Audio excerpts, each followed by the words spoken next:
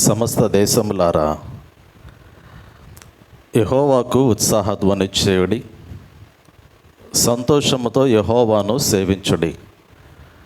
ఉత్సాహగానము చేయుచు ఆయన సన్నిధికి రండి. యెహోవా ఏ దేవుడని తెలుసుకొనుడి. ఆయనే మనల్ని పుట్టించెను, మనము ఆయన వారము, ఆయన ప్రజలము, ఆయన మేపు గొర్రెలము. కృతజ్ఞతార్పణలు చెల్లించుచు ఆయన గుమ్మములలో ప్రవేశించుడి. ప్రార్థన చేసుకుందాం. అందరూ తలలో వంచినట్లయితే దేవుడు మన యొక్క ఆత్మీయ జీవితంలో చేసి ఉన్నటువంటి మేలులు జ్ఞాపకం చేసుకుంటూ దేవుని యొక్క మహోన్నతమైనటువంటి నామమునకు కృతజ్ఞతాస్తుతులు చెల్లిస్తూ ఈ పరిశుద్ధ దినమందు యొక్క ఆరాధనని ప్రారంభించుకుందాం.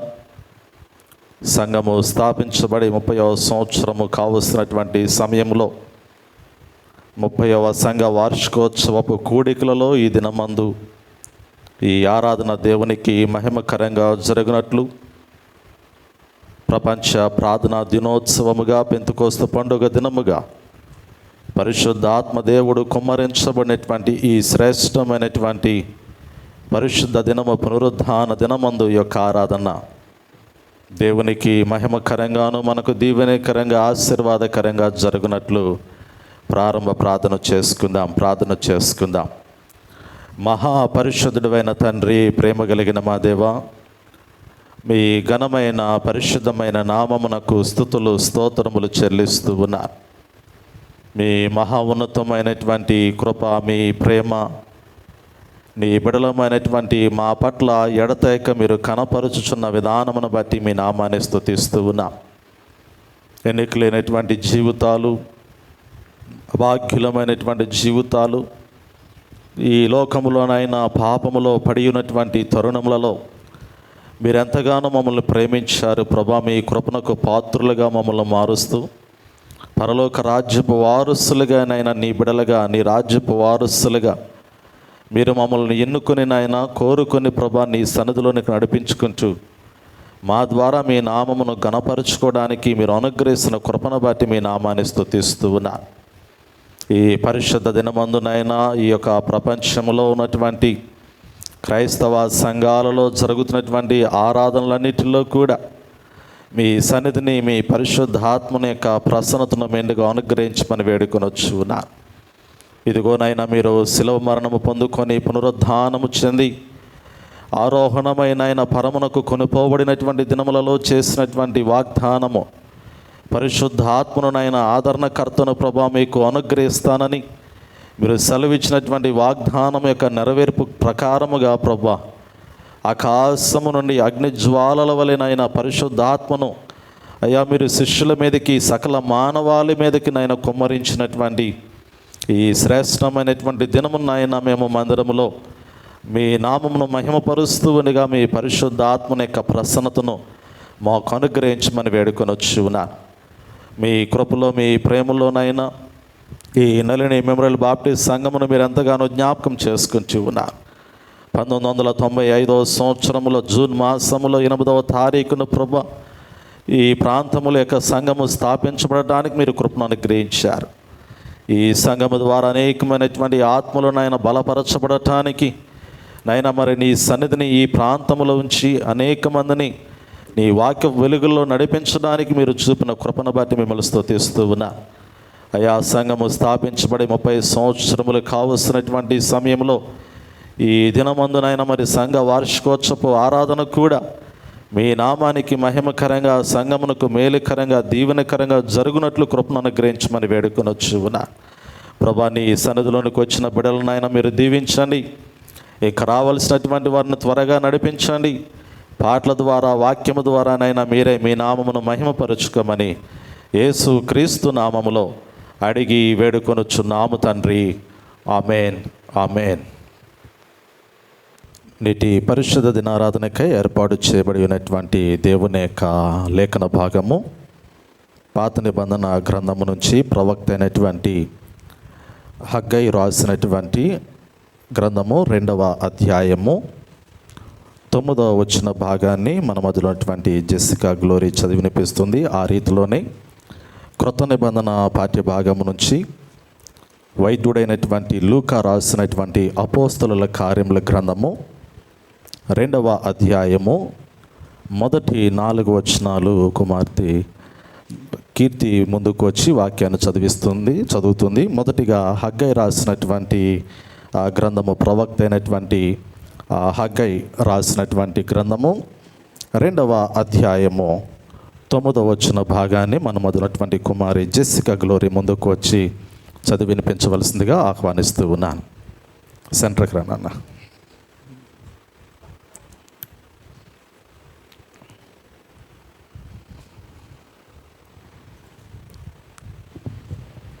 నేటి పరిశుద్ధ దినంకై ఏర్పాటు చేయబడిన లేఖన భాగము పరిశుద్ధుడైన హగ్గై రాసిన రెండవ హగ్గై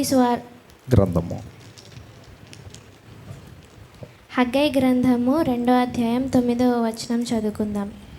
ఈ కడవరి మందిరం యొక్క మహిమ మునుపటి మందిరం యొక్క మహిమను మించిచున్న సైన్యములకు అధిపతియగు యెహోవా సెలవిచ్చుచున్నాడు. ఈ స్థలమందు నేను సమాధానము నిలువననుగ్రహించెదను. ఇదే సైన్యములకు అధిపతియగు యెహోవా వాక్కు. దేవుడు తన పరిశుద్ధ వాక్యం దీవించునుగాక. ఆమేన్. ఆ రీతిలోనే క్రొత్త నిబంధన పాఠ్య భాగం నుంచి వైద్యుడైనటువంటి పరిశుద్ధుడైన లూకా రాసినటువంటి అపోస్తలుల కార్యముల గ్రంథము 2వ అధ్యాయము మొదటి 4 వచనాలు మన మొదలైనటువంటి కుమారి కీర్తి ముందుకు వచ్చి దేవుని యొక్క లేఖన భాగాన్ని చదివి వినిపించవలసిందిగా ఆహ్వానిస్తూ ఉన్నాను.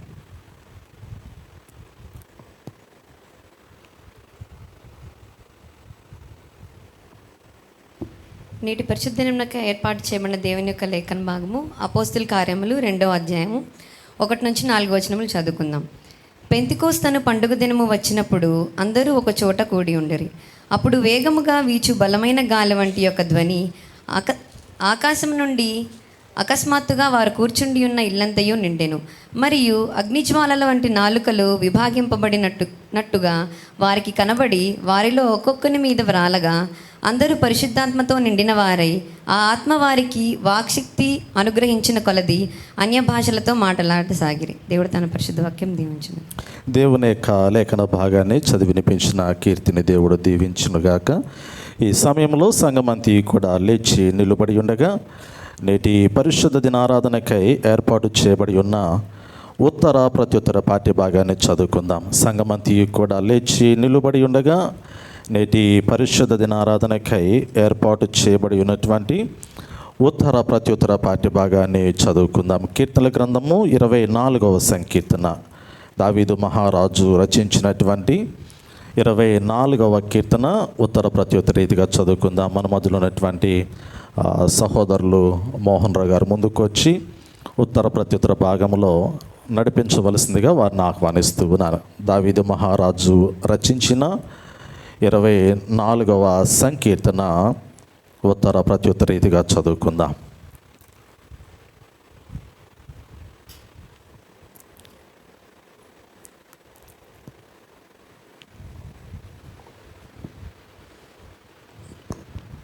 దావీదు కీర్తనలు 24వ అధ్యాయము చదువుకుందాము. నేను మొదటి వచనం చదువుతాను, తర్వాత మార్చి చదువుకుందాం. భూమియు దాని సంపూర్ణతయు లోకమును దాని నివాసులను యెహోవాయే. ఆయన సముద్రముల మీద దానికి పునాది వేసెను, ప్రవాహ జలముల మీద దాన్ని స్థిరపరచెను. యెహోవా పర్వతమునకు ఎక్కదగిన వాడెవడు? ఆయన పరిశుద్ధ స్థలములో నిలువదగిన వాడెవడు? వ్యర్థమైన దాని యందు మనస్సు పెట్టకయు కపటముగా ప్రమాణము చేయకయు నిర్దోషమైన చేతులను శుద్ధమైన హృదయమును కలిగి ఉండువాడే. వాడు యెహోవా వలన ఆశీర్వాదము నొందును, తన రక్షకుడైన దేవుని వలన నీతిమత్వము నొందును. ఆయన ఆశ్రయించువారు యాకోబు దేవా, నీ సన్నిధిని వెదుకువారు అట్టివారే. గుమ్మములారా, మీ తలలు పైకెత్తుకొనుడి, మహిమగల రాజు ప్రవేశించినట్లు పురాతనమైన తలుపులారా మిమ్మును లేవనెత్తుకొనుడి. మహిమగల ఈ రాజు ఎవడు? బలశౌర్యములు గల యెహోవా, యుద్ధశూరుడైన యెహోవా. గుమ్మములారా, మీ తలలు పైకెత్తుకొనుడి, పురాతనమైన తలుపులారా మహిమగల రాజు ప్రవేశించినట్లు మిమ్మల్ని లేవనెత్తుకొనండి. 10వ వచనం అందరం కలిసి చదువుకుందాం. మహిమగల రాజు ఈ రాజు ఎవడు? సైన్యములకు అధిపతి యెహోవాయే, ఆయనే ఈ మహిమగల రాజు. దేవుడు తన వాక్యం దీవించును గాక. ఆమేన్. మనమందరము కూడా ఆ విధంగానే నిలువబడి ప్రభువుని స్తుతించుకుందాం, ఆరాధించుకుందాం. మనము ఆరాధించేటువంటి ప్రభువారు ఆత్మస్వరూపులై ఉన్నారు కాబట్టి ఆయనను ఆరాధించే వారందరూ కూడా ఆత్మతో సత్యముతో ఆరాధించాలని ప్రభువారు సెలవిచ్చిన రీతిలో బుక్లెట్లో నుంచి 1వ నెంబర్ పాట, నన్నెంతగా ప్రేమించితువో నిన్నంతగా దూషించుతున్నో అనే పాట పాడుకుందాం. బుక్లెట్లో నుంచి 1వ నెంబర్ పాట పాడుకుందాం.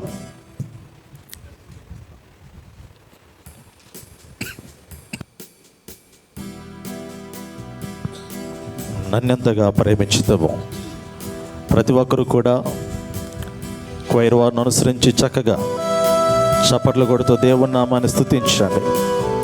ప్రభు మన ద్వారా ఆరాధించబడుతున్నటువంటి వాడు, ఆయన నామము మన ద్వారా గణపరచబడుతూ ఉంది. అందరూ కూడా ఆత్మతో ప్రభువును స్తుతించండి, సత్యముతో ఆరాధించండి.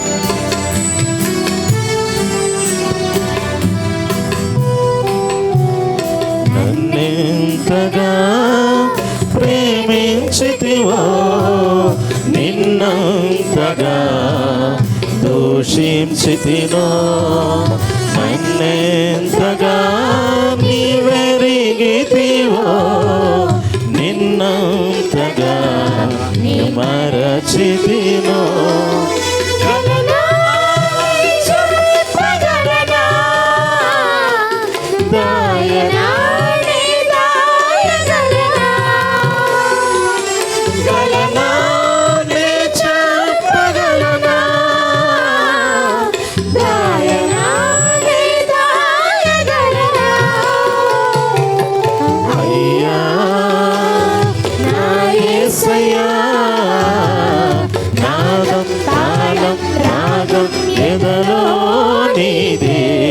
ఈ ప్రేమ స్వరము నాదం తాళము రాగం ఎదలో నీదే, ఈ ప్రేమ స్వరము.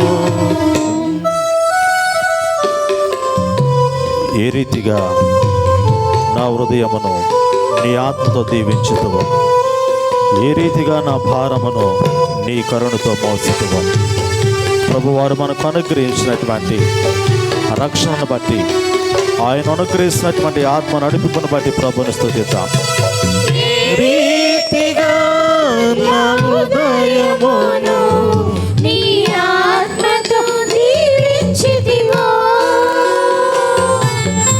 ఏ రీతిగా నా భారమును నీ కరుణతో మోసితివో.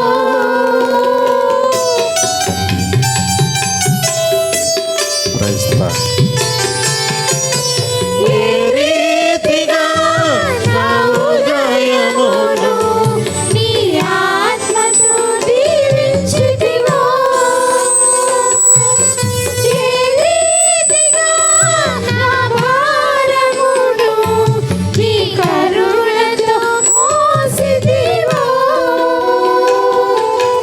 ఏ రీతిగా నా పలుకులలో నామములో నిలిపితివో, ఏ రీతిగా నా కన్నీటిని నీ ప్రేమతో తుడిచితివో, ఏ రీతిగా నా పలుకులలో నామములో నిలిపితివో, ఏ రీతిగా నా కన్నీటిని నీ ప్రేమతో తుడిచితివో.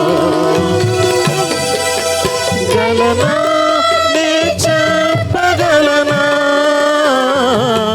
దాయనా నే దాయగలనా, గలనా నే చెప్పగలనా, దాయనా నే దాయగలనా. అయ్యా నా యేసయ్యా, నాదం తాళము రాగం ఎదలో నీదే ఈ ప్రేమ స్వరము, నాదం తాళము రాగం ఎదలో నీదే ఈ ప్రేమ స్వరము. ఏ రీతిగా నా రాతను నీ చేతితో రాసితివో, ఏ రీతిగా నా బాతను నీ మాటతో పిలిచితివో, ఏ రీతిగా నా గమ్యమును నీ సిలువతో మార్చితివో, ప్రభు నామాన్ని కనపరుద్దాం. మన జీవితాలను మార్చినటువంటి ప్రభుని స్తుతిద్దాం.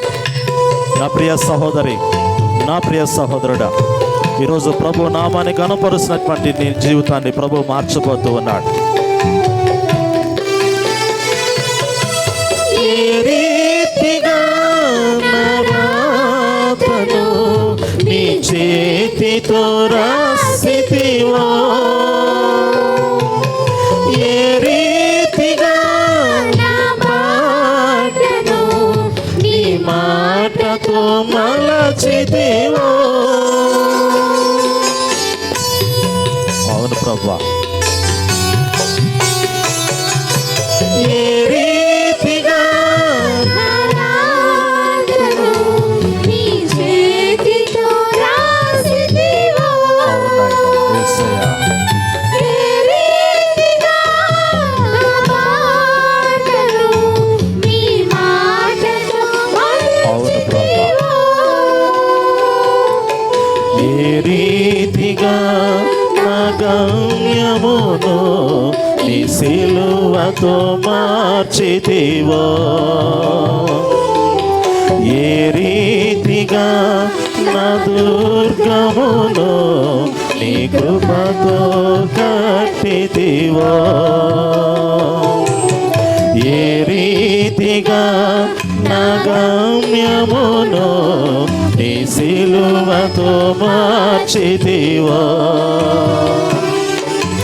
ఏ రీతిగా నా దుర్గమును నీ కృపతో కట్టితివో. గలనా నే చెప్పగలనా, దాయనా నే దాయగలనా, గలనా నే చెప్పగలనా, దాయనా నే దాయగలనా. అయ్యా నా యేసయ్యా, నాదం తాళము రాగం ఎదలో నీదే ఈ ప్రేమ స్వరము, నాదం తాళము రాగం ఎదలో నీదే ఈ ప్రేమ స్వరము. ఎంతగా ప్రేమించితివో నిన్నంతగా. అవును ప్రభువా,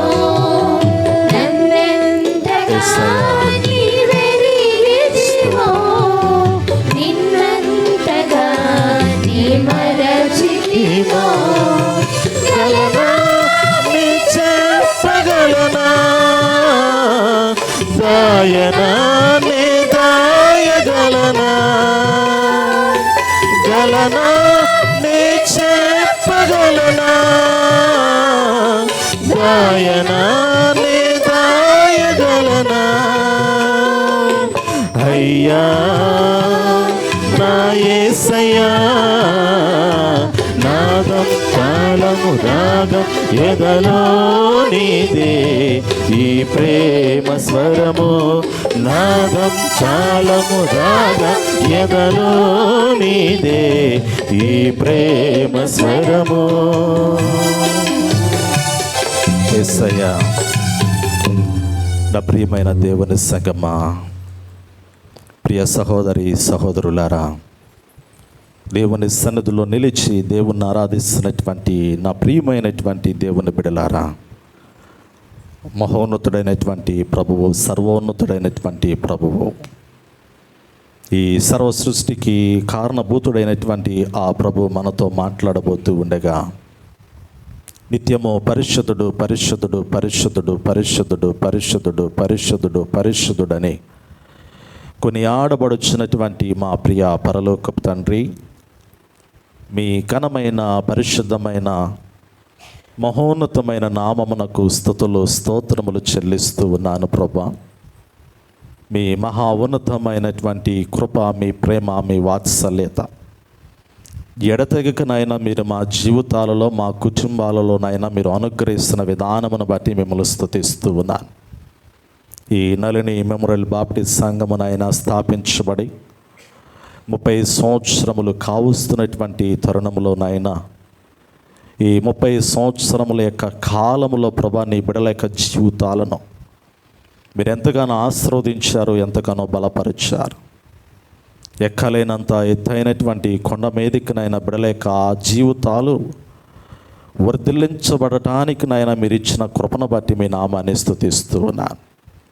నీ నామములో స్థాపించబడినటువంటి సంఘమునైనా రాబోతున్నటువంటి దినాలలో కూడా ఆత్మ సంబంధమైనటువంటి మేలులతోనైనా నింపబడినట్లు నీ కృపను అనుగ్రహించమని వేడుకొనొచ్చు ఉన్నాను.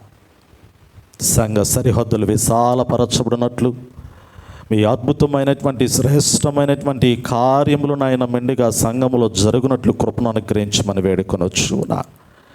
ప్రత్యేకంగా ప్రభా ఆశగునటువంటి ప్రాణమును తృప్తిపరిచే దేవుడవు మీరే. నీ సన్నిధిలో, మీ సముఖములోనైనా నీ బిడలమైనటువంటి మా హృదయములన్నీ కూడా ఆశగుని ఉండగా ప్రభా మీరు మాతో మాట్లాడమని వేడుకొనొచ్చు.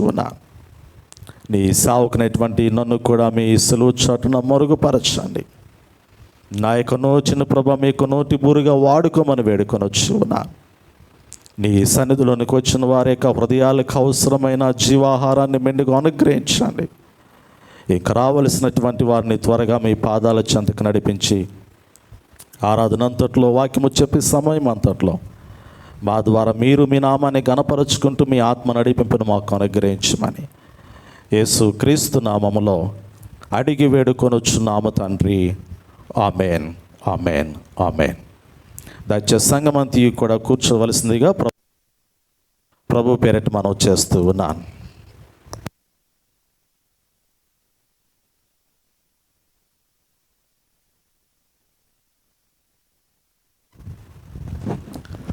ప్రభునందు ప్రియమైన దేవుని సంగమా, ప్రియ సహోదరి సహోదరులారా, యేసు క్రీస్తు శుభనామములో అందరికీ ప్రత్యేకంగా మరి యొక్క పర్యాయము హృదయపూర్వకమైనటువంటి వందనములను తెలియపరుస్తూ ఉన్నాను.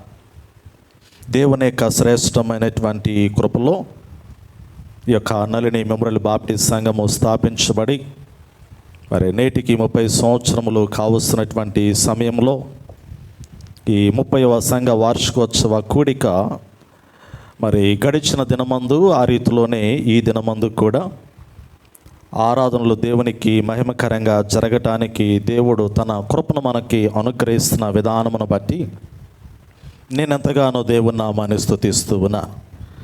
మరి ప్రత్యేకంగా సంఘమంతటికి కూడా నేను శుభములను తెలియపరుస్తూ ఉన్నా.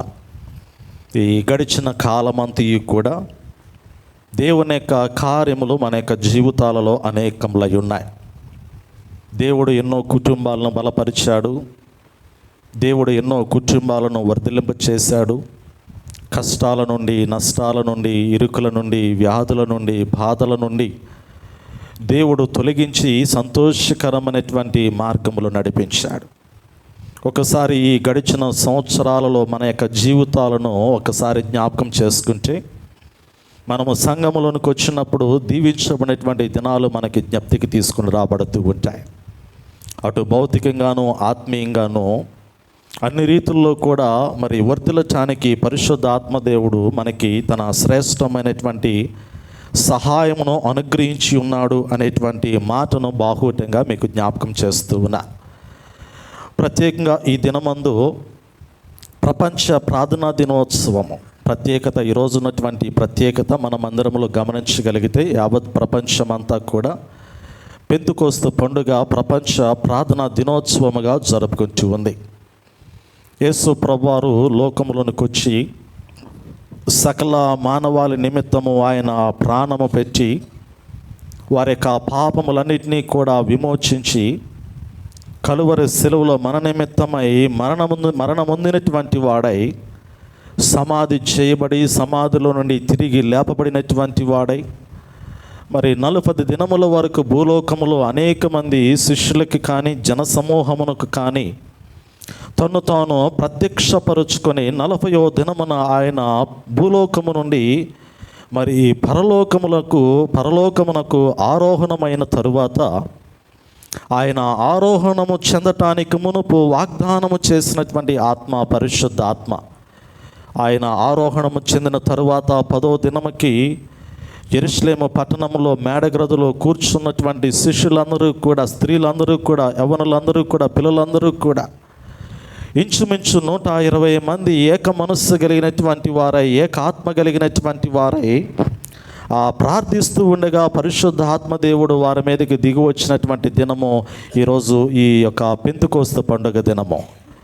దేవుని యొక్క ఆత్మ నడిపింపు ఎంత ప్రాముఖ్యమో, పరిశుద్ధ ఆత్మలో ఒక క్రైస్తవుడు తన జీవితమును నడిపించుకున్నట ఎంత ప్రాధాన్యమైనటువంటిదో క్రొత్త నిబంధన కాలము జ్ఞాపకం చేస్తూ ఉంది.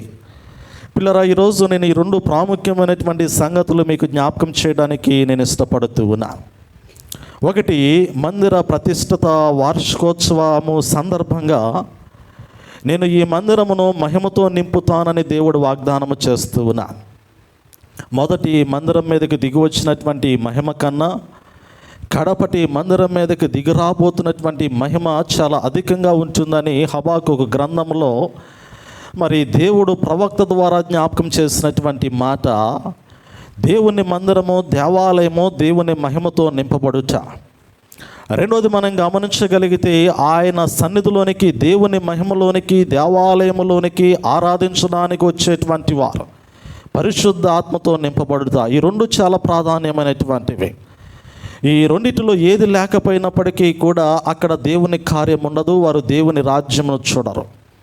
దేవుని మందిరములో దేవుని మహిమ లేకపోయినా, రెండోది దేవుని మందిరములోనికి వచ్చేటువంటి వాడు దేవుని ఆత్మచేత నింపబడకపోయినా వారు పరలోకములోనికి ప్రవేశించలేరు. మందిరములో మహిమ లేనప్పుడు ఆ మందిరము నిర్జీవమైనటువంటిది, ఆ మందిరము విడవబడేటువంటిది, ఆ మందిరము దేవుని కార్యములు చూడలేనటువంటిది, ఆ మందిరము ఎత్తబడేటువంటి సమయంలో దేవుని యొక్క ఉన్నతమైనటువంటి మహిమలోనికి తీసుకుని రాబడలేనటువంటిది. కాబట్టి దేవుని మందిరము ఎప్పుడూ కూడా దేవుని మహిమతో నింపబడాలని దేవుని వాక్యము జ్ఞాపకం చేస్తూ ఉంది.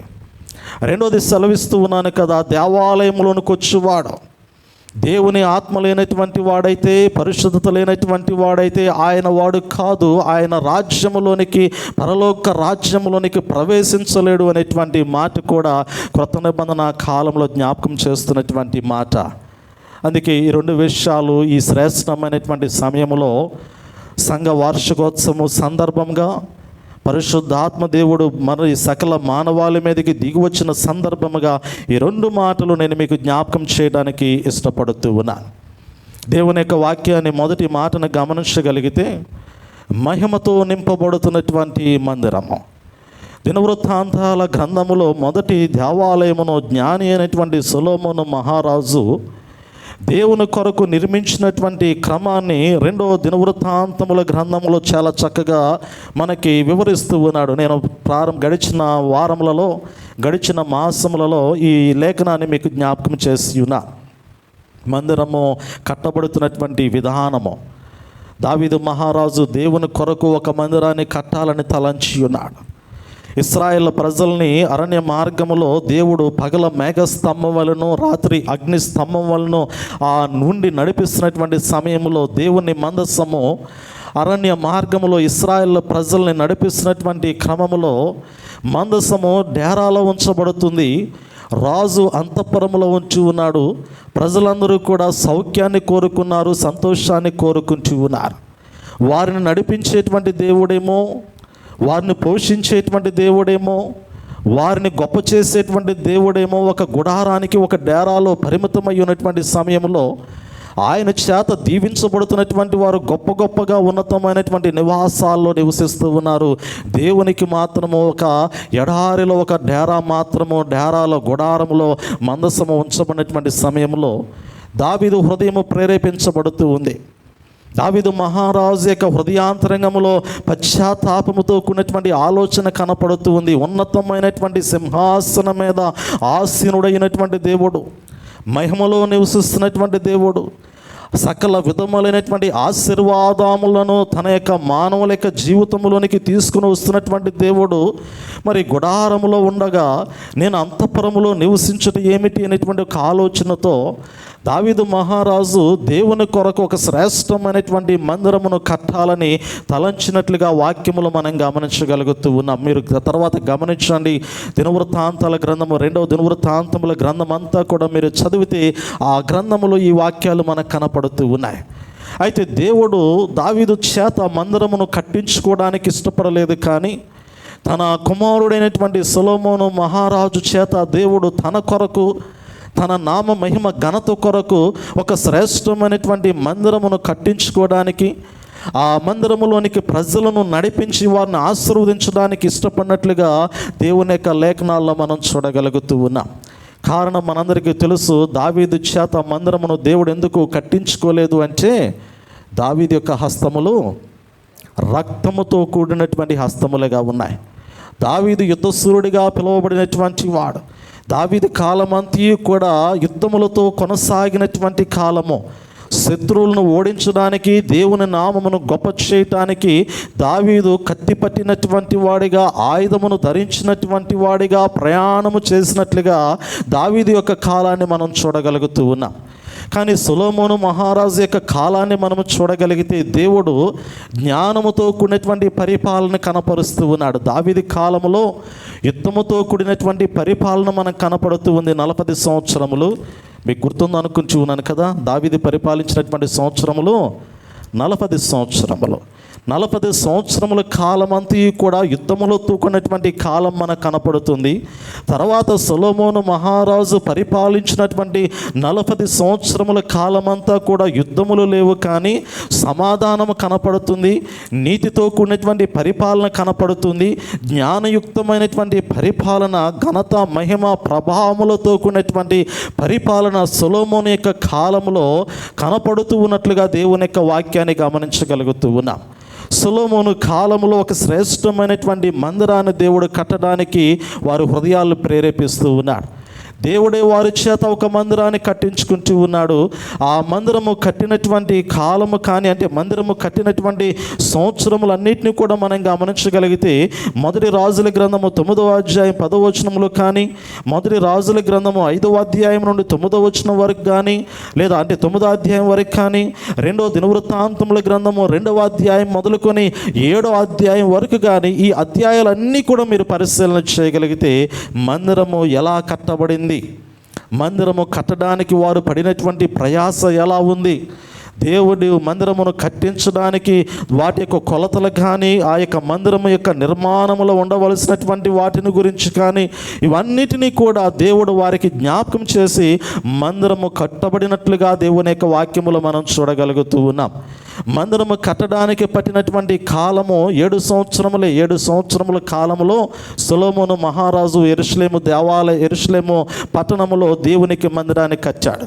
కానీ యెరూషలేము పట్టణాన్ని నిర్మించడానికి పట్టినటువంటి కాలము 13 సంవత్సరములు, మొత్తం 20 సంవత్సరాలు. ప్రియులారా, యెరూషలేము పట్టణము కానీ, ఆ పట్టణంలో దేవాలయము కానీ, ఈ రెండు కూడా పరిపూర్ణంగా సంపూర్ణంగా కట్టబడటానికి అయినటువంటి సంవత్సరములు ఎన్ని సంవత్సరములు అంటే 20 సంవత్సరములు పట్టింది సొలొమోను మహారాజు పట్టణాన్ని, మందిరాన్ని కట్టడానికి. అయితే దేవుడు కోరుకున్నాడు యెరూషలేము పట్టణాన్ని, దేవుడు కోరుకున్నాడు యెరూషలేము పట్టణంలో ఉన్నటువంటి దేవాలయమును.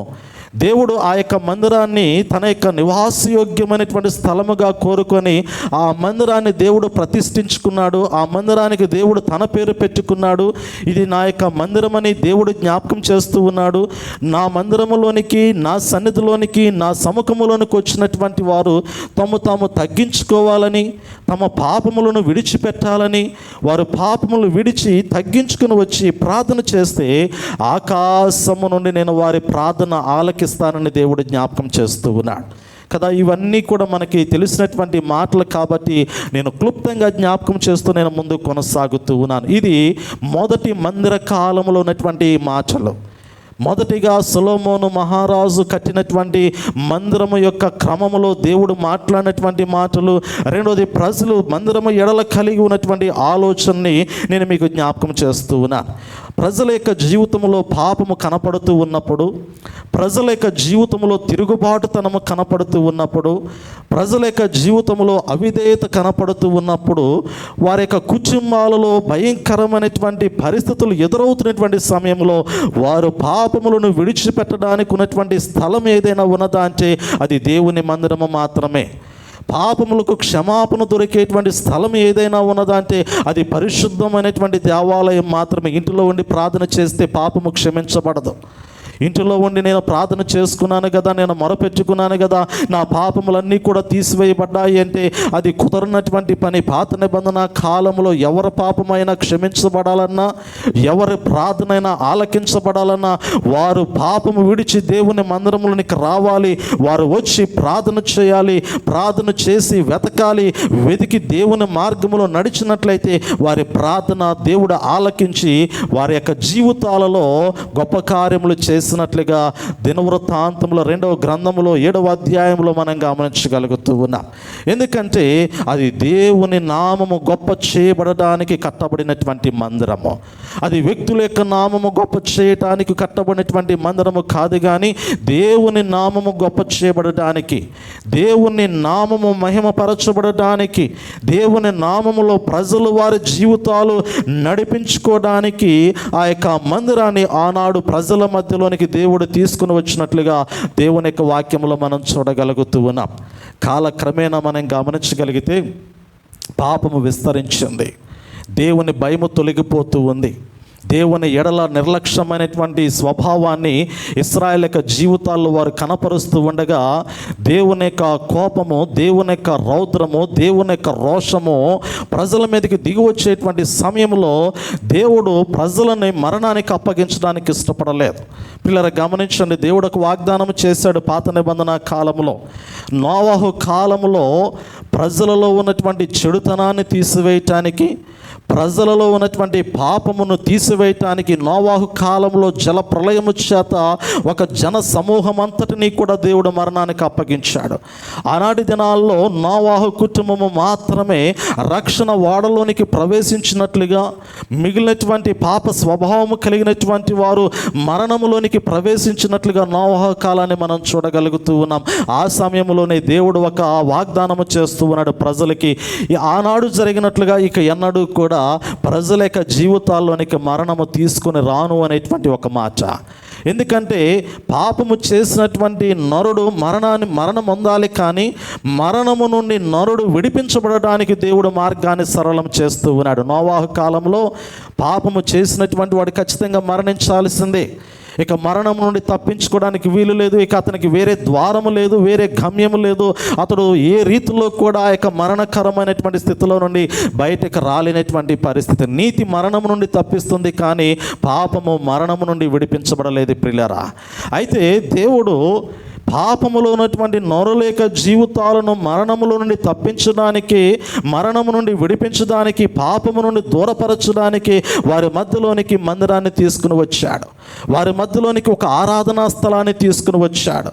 వారి మధ్యలోనికి మహిమతో కూడినటువంటి శ్రేష్టమైనటువంటి మహోన్నతమైనటువంటి మందిరమును వారి మధ్యలో దేవుడు కట్టించినట్లుగా వాక్యములో మనం చూడగలుగుతూ ఉన్నాం. ఆ మందిరం ఎందుకు కట్టబడిందంటే వారు పాపమును విడిచిపెట్టడానికి, వారు దేవుని మహిమలోనికి తీసుకుని రాబడటానికి సొలొమోను కాలంలో దేవుడు ఒక మందిరాన్ని వారి కొరకు వారి మధ్యలో ప్రతిష్ఠించినట్లుగా మనం చూడగలుగుతూ ఉన్నాం.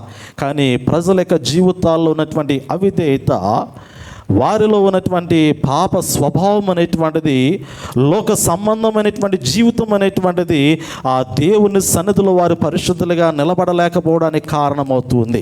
అటువంటి సమయంలోనే దేవుడు ప్రజలను మరణానికి, ఆనాటి దినాల్లో ఉన్నటువంటి ప్రజలందరినీ మరణానికి అప్పగించలేదు, కానీ దేవుడు రౌద్రము కలిగినటువంటి వాడై, ఆవేశము నొందినటువంటి వాడై, తాను కట్టించుకున్నటువంటి మందిరాన్ని నేలమట్టము చేసినట్లుగా, అగ్నికి ఆహుతి చేసినట్లుగా, మరి పరిశుద్ధ గ్రంథంలో మనం గమనించగలుగుతూ ఉన్నాం కదా. నెబుకద్నెజరు రాజు, బబులోను రాజు అనేటువంటి నెబుకద్నెజరు యెరూషలేము పట్టణం మీదకి దండెత్తి వచ్చినటువంటి క్రమంలో యెరూషలేము పట్టణము పడద్రోయబడింది. యెరూషలేము పట్టణంలో ఉన్నటువంటి దేవాలయము కూడా పడద్రోయబడినట్లుగా దేవుని యొక్క వాక్యంలో చూడగలుగుతూ ఉన్నాం. ఆ మందిరమును పడద్రోయుటకు అనుమతించినటువంటి వాడు కూడా దేవుడే. కారణం ఏమిటంటే ఆ ఇశ్రాయేలు యొక్క జీవితాలలో, యూదుల యొక్క జీవితాల్లో ఉన్నటువంటి ఆ పాపము కారణం అనేటువంటి మాట జ్ఞాపకం చేస్తూ ఉన్నాడు. ఆ సమయంలోనే పట్టణంలో నుంచి, యెరూషలేము పట్టణంలో నుంచి బబులోను దేశంలోనికి చెర వెళ్ళిపోతూ ఉన్నారు యూదులైనటువంటి వారు, ఇశ్రాయేలైనటువంటి వారు సుమారు 70 సంవత్సరముల వరకు బబులోను దేశంలో చెరలో ఉన్నారు. 1 సంవత్సరము 2 సంవత్సరములు కాదు పిల్లల, 70 సంవత్సరముల వరకు వారు బానిసత్వంలో చెరలో ఉన్నారు కదా. ఐగుప్తు దేశంలో చెరలో ఉన్నంత కాలము, ఐగుప్తు దేశంలో ఇశ్రాయేలు ఎంతకాలము చెరలో ఉన్నారు, బానిసత్వంలో ఉన్నారు. ఐగుప్తు దేశంలో ఇశ్రాయేలు, మోషే భక్తుడు ఇశ్రాయేల్ ప్రజలను బయటకు తీసుకుని రాబడటానికి మునుపు ఎన్ని సంవత్సరాలు ఇశ్రాయేల్ ఐగుప్తులో ఆ దాస్యత్వంలో ఉన్నారు చెప్పాలి. ఏదో ఒక నెంబర్ చెప్పండి, పర్లేదు. 400 సంవత్సరములు, ఇంచుమించు 430 సంవత్సరములు ఇశ్రాయేల్ ప్రజలు ఐగుప్తు దేశంలో బానిసత్వంలో చెరలో ఉన్నటువంటి కాలము కనపడింది. అక్కడ నుండి కనాను దేశంలోనికి దేవుడు ఎన్ని సంవత్సరములు నడిపించాడు ఇశ్రాయేల్ ప్రజల్ని? 40 సంవత్సరములు నడిపించాడు. ఆ తరువాత కాలంలో మనం గమనించగలిగితే ఇప్పుడు బబులోను దేశంలో, అంటే యెరూషలేము పట్టణంలో నుంచి బబులోను దేశంలోనికి ఇశ్రాయేల్ ప్రజలను, యూదులను దేవుడు చెరకప్పగించినటువంటి కాలము. యెరూషలేము పట్టణాన్ని దేవుడు పడద్రోయటానికి అనుమతించిన తర్వాత ఇశ్రాయేల్ అందరూ కూడా, యూదులందరూ కూడా బబులోను దేశంలోనికి చెరలోనికి వెళ్ళి ఎన్ని సంవత్సరాలు ఉన్నారు? 70 సంవత్సరాలు. దానియేలు గ్రంథం చదివారు కదా. 70 సంవత్సరముల కాలము గురించి జ్ఞాపకం చేస్తాడు. ఆ యొక్క కాలము ముగుస్తున్నటువంటి సమయంలో ఆ పారసిక రాజు అనేటువంటి కోరేషు ద్వారా, దర్యావేషు ద్వారా, అర్థహశస్త ద్వారా మరలా తిరిగి దేవుడు వారి హృదయాలను ప్రేరేపించి పడద్రోయబడినటువంటి మందిరాన్ని మరలా తిరిగి కట్టడానికి దేవుడు ఇష్టపడుతూ ఉన్నాడు. ఒక 70 సంవత్సరముల కాలము తర్వాత దేవుడు మరలా వారి జీవితాలలో ఒక మందిరాన్ని ఇవ్వబోతూ ఉన్నాడు. మొదటి మందిరము సొలొమోను మహారాజు కట్టినటువంటి మందిరం అయితే హగ్గాయి ప్రవక్త జ్ఞాపకం చేస్తూ ఉంటాడు. ఇందాక మనం చదివినటువంటి వాక్య భాగంలోనికి వెళ్ళినట్లయితే ప్రియులారా, నేను ఈ వాక్యమును మీకు ధ్యానించడానికి మునుపు ఎందుకు ఈ మాటలు జ్ఞాపకం చేస్తూ ఉన్నాను అంటే, చరిత్ర మనకు అర్థమైతే దేవుని యొక్క వాక్యములో మందిరం యొక్క ప్రాధాన్యత అనేటువంటిది మనకి బాహుటంగా జ్ఞాపకం చేయబడుతూ ఉంది. మనం చదివినటువంటి హగ్గాయి గ్రంథము 2వ అధ్యాయము 9వ వచన భాగములో రాయబడినటువంటి మాట ఏమిటంటే, ఈ కడవరి మందిరం యొక్క మహిమ మునుపటి మందిరం యొక్క మహిమను మించునని సైన్యములకు అధిపతి యెహోవా సెలవిచ్చుచున్నాడు. ఈ స్థలమందు నేను సమాధానము నిలుపును అనుగ్రహించదును. ఇదే సైన్యములకు అధిపతి యెహోవా వాక్కు. దేవుడు మరలా తిరిగి మాట్లాడడం ప్రారంభిస్తూ ఉన్నాడు. పిల్లలు, మీరు బండ గుర్తు పెట్టుకోండి. ఎజ్రా, నెహెమ్యా, హగ్గాయి, జకర్యా, ఈ 4 ప్రవక్తలు కూడా, ఈ 4 ప్రవక్తలు రాసినటువంటి పత్రికలు ఒకే కాలానికి చెందినవి. ఎజ్రా గ్రంథము, నెహెమ్యా గ్రంథము, ఈ 2 గ్రంథాలు మీరు చదివినప్పుడు గడిచిన దినాల్లో చాలా వివరంగా ఈ గ్రంథాలు మీకు జ్ఞాపకం చేశాను. ఎజ్రా గ్రంథాన్ని మీరు చదివినప్పుడు పడద్రోయబడినటువంటి దేవుని మందిరము తిరిగి కట్టడం గురించి ఎజ్రా గ్రంథంలో ఉంటుంది. నెహెమ్యా గ్రంథాన్ని మీరు చదివినప్పుడు పడద్రోయబడినటువంటి యెరూషలేము పట్టణ ప్రాకారాలన్నీ కూడా తిరిగి కట్టబడటము నెహెమ్యా గ్రంథంలో కనపడుతూ ఉంది.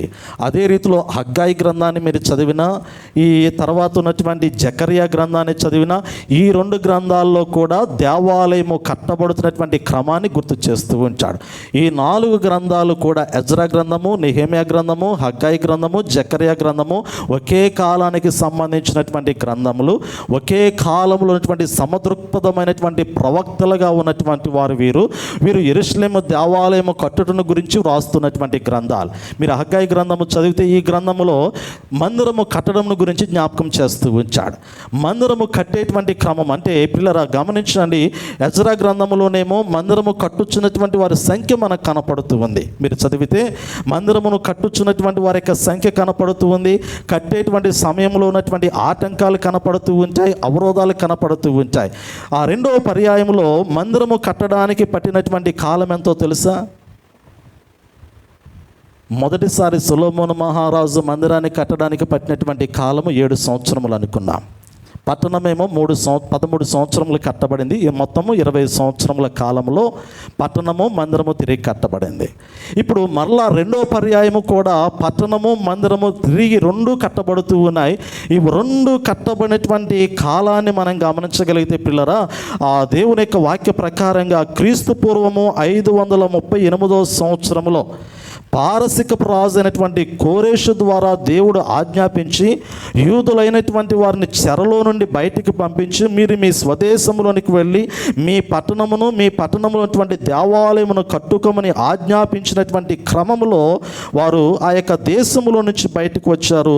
బయటకు వచ్చిన తరువాత వీరు మందిరమును కట్టడమునకు పునాది వేసిన దినము మొదలుకొని క్రీస్తు పూర్వము 536 సంవత్సరములో రెండవ పర్యాయము మందిరమునకు పునాది వేయబడింది.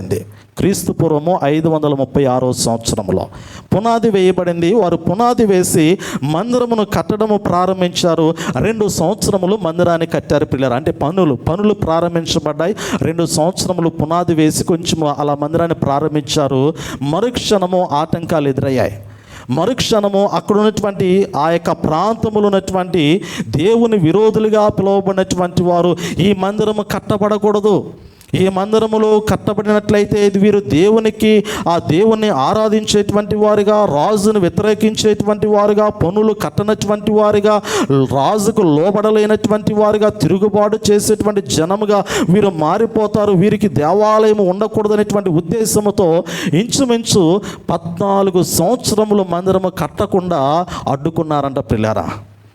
మందిరము కట్టడానికి పునాది వేశారు 536 సంవత్సరంలో. 2 సంవత్సరములు మందిరము పనులు లేక ప్రారంభించబడ్డాయి, తర్వాత ఆపివేయబడ్డాయి. 14 సంవత్సరముల వరకు కూడా ఆ మందిరాన్ని కట్టలేదంట. ఆ మందిరము జోలికి వెళ్ళలేదు. ఇంకా ఆ మందిరము పనులు ప్రారంభించబడలేదు. ఈ మందిరము ప్రారంభము మనం గమనించగలిగితే జెరుబ్బాబేలు యొక్క నాయకత్వములో మందిరము ప్రారంభించబడింది. ఆనాటి దినాల్లో ఎజ్రా ప్రవక్తగా ఉన్నటువంటి వాడు, నెహెమియా ప్రవక్తగా ఉన్నటువంటి వాడు, ఆ సమయంలోనే హగ్గయి ప్రవక్త మరలా దేవుని చేత ప్రేరేపించబడినటువంటి వాడై, దేవుని యొక్క ఆత్మ కలిగినటువంటి వాడై ప్రజల యొక్క జీవితాల్లో ఉన్నటువంటి ఆవేదన జ్ఞాపకం చేస్తూ ఒక మాట జ్ఞాపకం చేస్తూ ఉన్నాడు. ఇదిగో మందిర పనులు ప్రారంభించారు కదా, మందిరాన్ని కట్టడానికి పూనుకున్నారు కదా, రాజు ఆజ్ఞాపించాడు కదా, మీరు వెళ్ళండి, మీ పట్టణమునకు వెళ్ళండి, మీరు పట్టణమును కట్టుకోండి, మందిరాన్ని కట్టుకోమని మీకు సెలవిచ్చాడు కదా. మీరు ఆ యొక్క ఐగుప్తులో నుండి అంటే బబులోను దేశంలో నుండి మీరు బయటకు వచ్చారు. యెరూషలేము పట్టణంలోనికి వచ్చి మీరు ఏం చేస్తూ ఉన్నారు? ఈ 14 సంవత్సరముల కాలంలో మీకు ఆటంకాలు ఎదురయ్యాయి. మందిరము కట్టబడటానికి ఆటంకాలు ఎదురయ్యాయి. కానీ ఈ 14 సంవత్సరముల కాలంలో ఈ యొక్క ఇశ్రాయేల్ యొక్క పట్టణంలో ఉన్నటువంటి ఇశ్రాయేల్ యొక్క జీవితాలు ఎలా మారిపోయాయి అంటే ఇక్కడ హగ్గయి ప్రవక్త జ్ఞాపకం చేస్తూ ఉన్నాడు. చూడండి 1వ అధ్యాయం, హగ్గయి గ్రంథము 1వ అధ్యాయం మనం గమనించగలిగితే 3వ వచన భాగము మన మనుషులనేమి. హగ్గయి గ్రంథము 1వ అధ్యాయం 3వ వచనము, అందుకు యెహోవా వాక్కు ప్రత్యక్షమై ప్రవక్తయగు హగ్గయి ద్వారా సెలవిచ్చినదేమనగా, ఈ మందిరము పాడై ఉండగా మీరు సరమ్మి వేసిన ఇండ్లలో నివసించుటకు ఇది సమయమా? కాబట్టి సైన్యములకు అధిపతికి యెహోవా సెలవిచ్చినదేమనగా, మీ ప్రవర్తనను గూర్చి ఆలోచించుకునడి. మీరు విస్తారముగా విత్తినను మీకు కొంచెమే పండును, మీరు భోజనము చేయుచున్నను ఆకలి తీరకయున్నది, పానము చేయుచున్నను దాహము తీరకయున్నది, బట్టలు కప్పుకొనుచున్నను చలి ఆగకున్నది, పనివారు కష్టము చేసి జీతము సంపాదించుకునినను జీతము చినిగిపోయిన సంచులో వేసినట్లుగా ఉన్నది. పిల్లరా, దేవుడు హగ్గయి ప్రవక్తను పంపిస్తూ ఉన్నాడు. అరే, బబులోను దేశంలో నుండి చెరలో నుండి బయటికి తీసుకొచ్చాను కదా, మందిరాన్ని కట్టమని రాజు ఆజ్ఞాపించాడు కదా. దేవుని ఎరగనటువంటి రాజు యొక్క హృదయాన్ని దేవుడు ప్రేరేపించి మీరు వెళ్ళండి, మీ కొరకు ఒక చక్కటి శ్రేష్టమైనటువంటి మందిరాన్ని మరలా తిరిగి నిర్మించుకోండి, మీరు మీ దేవుని స్తుతించండి, మీరు మీ దేవుణ్ణి ఆరాధించండి, మీరు మీ దేవుని నామాన్ని గొప్ప చేయమని బబులోను దేశంలో నుంచి పారసిక రాజు అయినటువంటి కోరేషు యొక్క ఆజ్ఞ మేరకు మీరు బయటకు వచ్చి ఉండగా, మీరు బయటకు వచ్చారా, ఎవరో మిమ్మల్ని ఆటంక పెడితే, ఎవరో మిమ్మల్ని అభ్యంతర పెడితే, ఎవరో మీరు మందిరము కట్టబడకుండా సమస్యలు మీకు సృష్టిస్తే మీరు మందిరము కట్టడము మానివేసి మీ కొరకు మీరు గృహాలు నిర్మించుకుంటారా? మీ కొరకు మీ కుటుంబాల కొరకు మీరు ప్రయాసపడతారా? మీ కొరకు మీ బ్రతుకులు మీరు చూసుకుంటున్నారు, కానీ దేవుని మందిరమును గురించినటువంటి ఆలోచన మీ హృదయంలో ఎందుకు లేదని ఇక్కడ దేవుడు మరలా హగ్గయి ప్రవక్తను పంపించి మాట్లాడుతూ ఉన్నట్లుగా మనం చూడగలుగుతూ ఉన్నాం. నిజమే కదా? ఈరోజు నీకు ఒక సమస్య వచ్చింది దేవుని మందిరములకు వచ్చేటువంటి క్రమంలో, ఈరోజు నీకు ఒక బలహీనత వచ్చింది దేవుణ్ణి ఆరాధించేటువంటి క్రమంలో, దేవుని బిడ్డగా నీవు జీవించేటువంటి క్రమంలో నీకు ఆటంకాలు రావచ్చు, సమస్యలు రావచ్చు, కష్టాలు రావచ్చు, ఇరుకులు రావచ్చు, ఇబ్బందులు రావచ్చు. ఏమి వచ్చినప్పటికీ కూడా నీవు దేవుని మందిరాన్ని విడిచిపెట్టి నీ గురించి నీవు ఆలోచన చేసుకునుట ఇది న్యాయమా, ఇది సబబా అనేటువంటి ఒక ప్రశ్న దేవుడు ప్రవక్త చేత మరి ఇశ్రాయేలు యొక్క జీవితాల్లో దేవుడు వేస్తూ ఉన్నట్లుగా మనం చూడగలుగుతూ ఉన్నాం. ఇది సబబేనా? సరమ్ము వేసినటువంటి గృహాల్లో మీరు నివసిస్తూ ఉన్నారే, అందమైనటువంటి గృహాలు కట్టుకుంటూ ఉన్నారే, అందమైనటువంటి రీతిలో మీరు మీ జీవితాలను అలంకరించుకుంటూ ఉన్నారే, మీరు వ్యవసాయం చేసుకుంటూ పంట తెచ్చుకుంటూ ఉన్నారే, మీ కుటుంబాలు పోషించుకోవడానికి అవసరమైనటువంటి వాటిని సమకూర్చుకుంటున్నారే, తరతరముల వరకు తరగని ఆస్తిని సంపాదించుకుంటూ ఉన్నారే, మీరు లోక ప్రకారంగా అన్నీ సంపాదించుకుంటున్నారు, కానీ దేవుణ్ణి ఆరాధించేటువంటి మందిర విషయంలో మాత్రం నిర్లక్ష్యం వహించారే. ఇది మీకు తగునా? మిమ్మల్ని దీవించేటువంటి దేవుడు ఒకడు ఉన్నాడు కదా, మిమ్మల్ని ఆశీర్వదిస్తున్నటువంటి దేవుడు ఉన్నాడు కదా, మిమ్మల్ని పోషిస్తున్నటువంటి దేవుడు ఉన్నాడు కదా, దేవుని పట్ల నిర్లక్ష్యము తగునా? మీ జీవితాలను గొప్ప చేసినటువంటి దేవుని విడిచి దూరంగా జీవించుట తగునా అనేటువంటి ఒక ప్రశ్న ఆనాటి దినాల్లో హగ్గయి ప్రవక్త చేత దేవుడు ప్రజలతో మాట్లాడుతూ ఉన్నట్లుగా మనం చూడగలుగుతూ ఉన్నాం. అందుకే దేవుడు ఇక్కడ అంచు ఉన్నాడు కదా, మీరు భోజనము చేస్తూ ఉన్నారు కానీ మీ ఆకలి తీరదు, ఎంత తిన్నా కానీ ఇంకా కావాలి, ఇంకా కావాలి, ఇంకా కావాలనుకుంటారు, కానీ ఇక చాలు అనేటువంటి ఆలోచన మీ మనసులకు రాదు అంటాడు. మీ కడుపులకు రాదు. ఎందుకంటే ఆ కడుపుకు ఎంత మాంసాహారం అందించినా, ఆ కడుపుకు ఎంత తృప్తికరమైనటువంటి భోజనం అందించినా కానీ ఇంకా కావాలి, ఇంకా కావాలి, ఇంకా కావాలని కోరుతుంటుంది, కానీ ఇక చాలు అనేటువంటి ఒక ఆలోచన ఆ పొట్టకు రాదు అనేటువంటి మాట వాక్యంలో దేవుడే జ్ఞాపకం చేశాడు. పిల్లరా, ఎంత గొప్ప మాట! ప్రజల యొక్క హృదయాలు ఎరిగి దేవుడు మాట్లాడుతూ ఉన్నాడు. అందుకంటాడు కదా, మీ ప్రవర్తన గురించి ఆలోచన చేసుకోండి. మీరు విస్తారంగా విత్తనములు విత్తుతూ ఉన్నారు, కానీ మీకు కొంచెము పంట మాత్రమే చేతికొస్తుంది. మీరు భోజనము చేయుచున్నారు, కానీ మీ ఆకలి అసలు తీరటం లేదు. పానము చేయుచున్నారు, కానీ మీ దాహము కూడా తీరటం లేదు. బట్టలు కొనుక్కుంటూ ఉన్నారు, బట్టలు కట్టుకుంటూ ఉన్నారు, కానీ చలి ఆగటం లేదు. ఎంత పని చేసినా కానీ, ఎంత కష్టపడినా కానీ చిరిగిపోయినటువంటి సంచిలో వేసినటువంటి జీతము మీది అనేటువంటి మాట జ్ఞాపకం చేస్తూ ఉన్నాడు. నిజమే కదా? దేవుని విడిచి లోకములోనికి వెళ్ళి ఎంత సంపాదించినా కానీ అది చిరిగిపోయినటువంటి సంచిలో వేసినటువంటి ఆ ధనముతో సమానం అంచాడు. ఈరోజు నీకు అది అక్కరక్క రాదు, నువ్వు కష్టపడతావు. ఈ మొదటి జామున లేచి పరుండిపోయేంత వరకు కూడా డబ్బు సంపాదించడానికి ఎన్నో ఆలోచనలు చేస్తూ ఉంచావు. ఒకవేళ మోసము చేయవచ్చేమో, ఒకవేళ అబద్ధం ఆడవచ్చేమో, ఒకవేళ దొంగిలించవచ్చేమో, ఒకవేళ అన్యాయంగా పొందవచ్చేమో, ఒకవేళ అక్రమముగా సంపాదించవచ్చేమో. కష్టపడకుండా వచ్చే ఏ సంపాదన అయినా కానీ అది నీది కాదు, నీ జీవితాన్ని పాడు చేసేదని పరిశుద్ధ గ్రంథంలో దేవుడు మాట్లాడుతూ ఉన్నాడు. నువ్వు కష్టపడకుండా కూర్చొని హాయిగా సంపాదించాలనుకున్నప్పుడు వచ్చేటువంటి ఏ కష్టార్జితము కూడా అది నీకు తృప్తినివ్వదు కదా. అవి చిరిగిపోయినటువంటి సంచిలో వేయబడుతున్నటువంటి ధనముతో సమానం అంటాడు. ఎందుకు దేవుడు ఇలా మాట్లాడుతూ ఉన్నాడు అంటే, మందిరము పాడైపోతున్నటువంటి సమయంలో నీ గురించి నువ్వు ఆలోచన చేసుకున్నావు, కానీ దేవుని యొక్క మహిమను గురించి నువ్వు ఆలోచన చేయట్లేదు. ఆ మహిమలో నీ జీవితం ఎలా ఉండాలో నువ్వు ఆలోచన చేయట్లేదు, కానీ లోకములో ఎలా బ్రతకాలని నువ్వు ఆలోచన చేస్తూ ఉన్నావు అని హగ్గయి ప్రవక్త చేత దేవుడు ఆవేశముతో మాట్లాడించినటువంటి మాటలుగా ఈ గ్రంథాన్ని మనం చూడగలుగుతూ ఉన్నాం. ఈ మొదటి 2 అధ్యాయాలు అంతే. ఈ హగ్గయి గ్రంథంలో 2 అధ్యాయాలు ఉంటాయి. మొదటి అధ్యాయాన్ని గమనించగలిగితే ప్రజల్లో ఉన్నటువంటి పాపాన్ని గుర్తు చేస్తూ ఉంచాడు, వారిలో ఉన్నటువంటి తప్పులను గుర్తు చేస్తూ ఉంచాడు, వారిలో ఉన్నటువంటి అవిధేయతను జ్ఞాపకం చేస్తూ ఉంచాడు. వారు కష్టపడుతూ ఉన్నారు కానీ ప్రయోజనం లేనటువంటి జీవితాన్ని గడుపుతూ ఉన్నారు. అందుకే ఇక్కడ ప్రవక్త చేత మాట్లాడి మందిరం యొక్క పనులు మరలా తిరిగి ప్రారంభించడానికి వారు హృదయాలు ప్రేరేపిస్తున్నటువంటి విధానాన్ని ఇక్కడ గుర్తు చేస్తున్నాడు. చూడండి పిల్లలు, ఇక్కడ అంచాడు కదా, ఆ 10వ వచనాన్ని గమనించగలిగితే, కాబట్టి హగ్గయి గ్రంథం 1వ అధ్యాయం 10వ వచనము, కాబట్టి మిమ్మును బట్టి ఆకాశపు మంచు కురవకయున్నది, భూమి పండకయున్నది, నేను భూమికి పర్వతములకును అనావృష్టి కలగచేసి ధాన్యము విషయములోను ద్రాక్షారసము విషయములోను తైలము విషయములోను భూమి ఫలించు సమస్తము విషయములోను మనుష్యుల విషయములోను పశువుల విషయములోను చేతి పనులన్నిటి విషయంలోనూ క్షామము పుట్టించి ఉన్నాను అంటాడు కదా.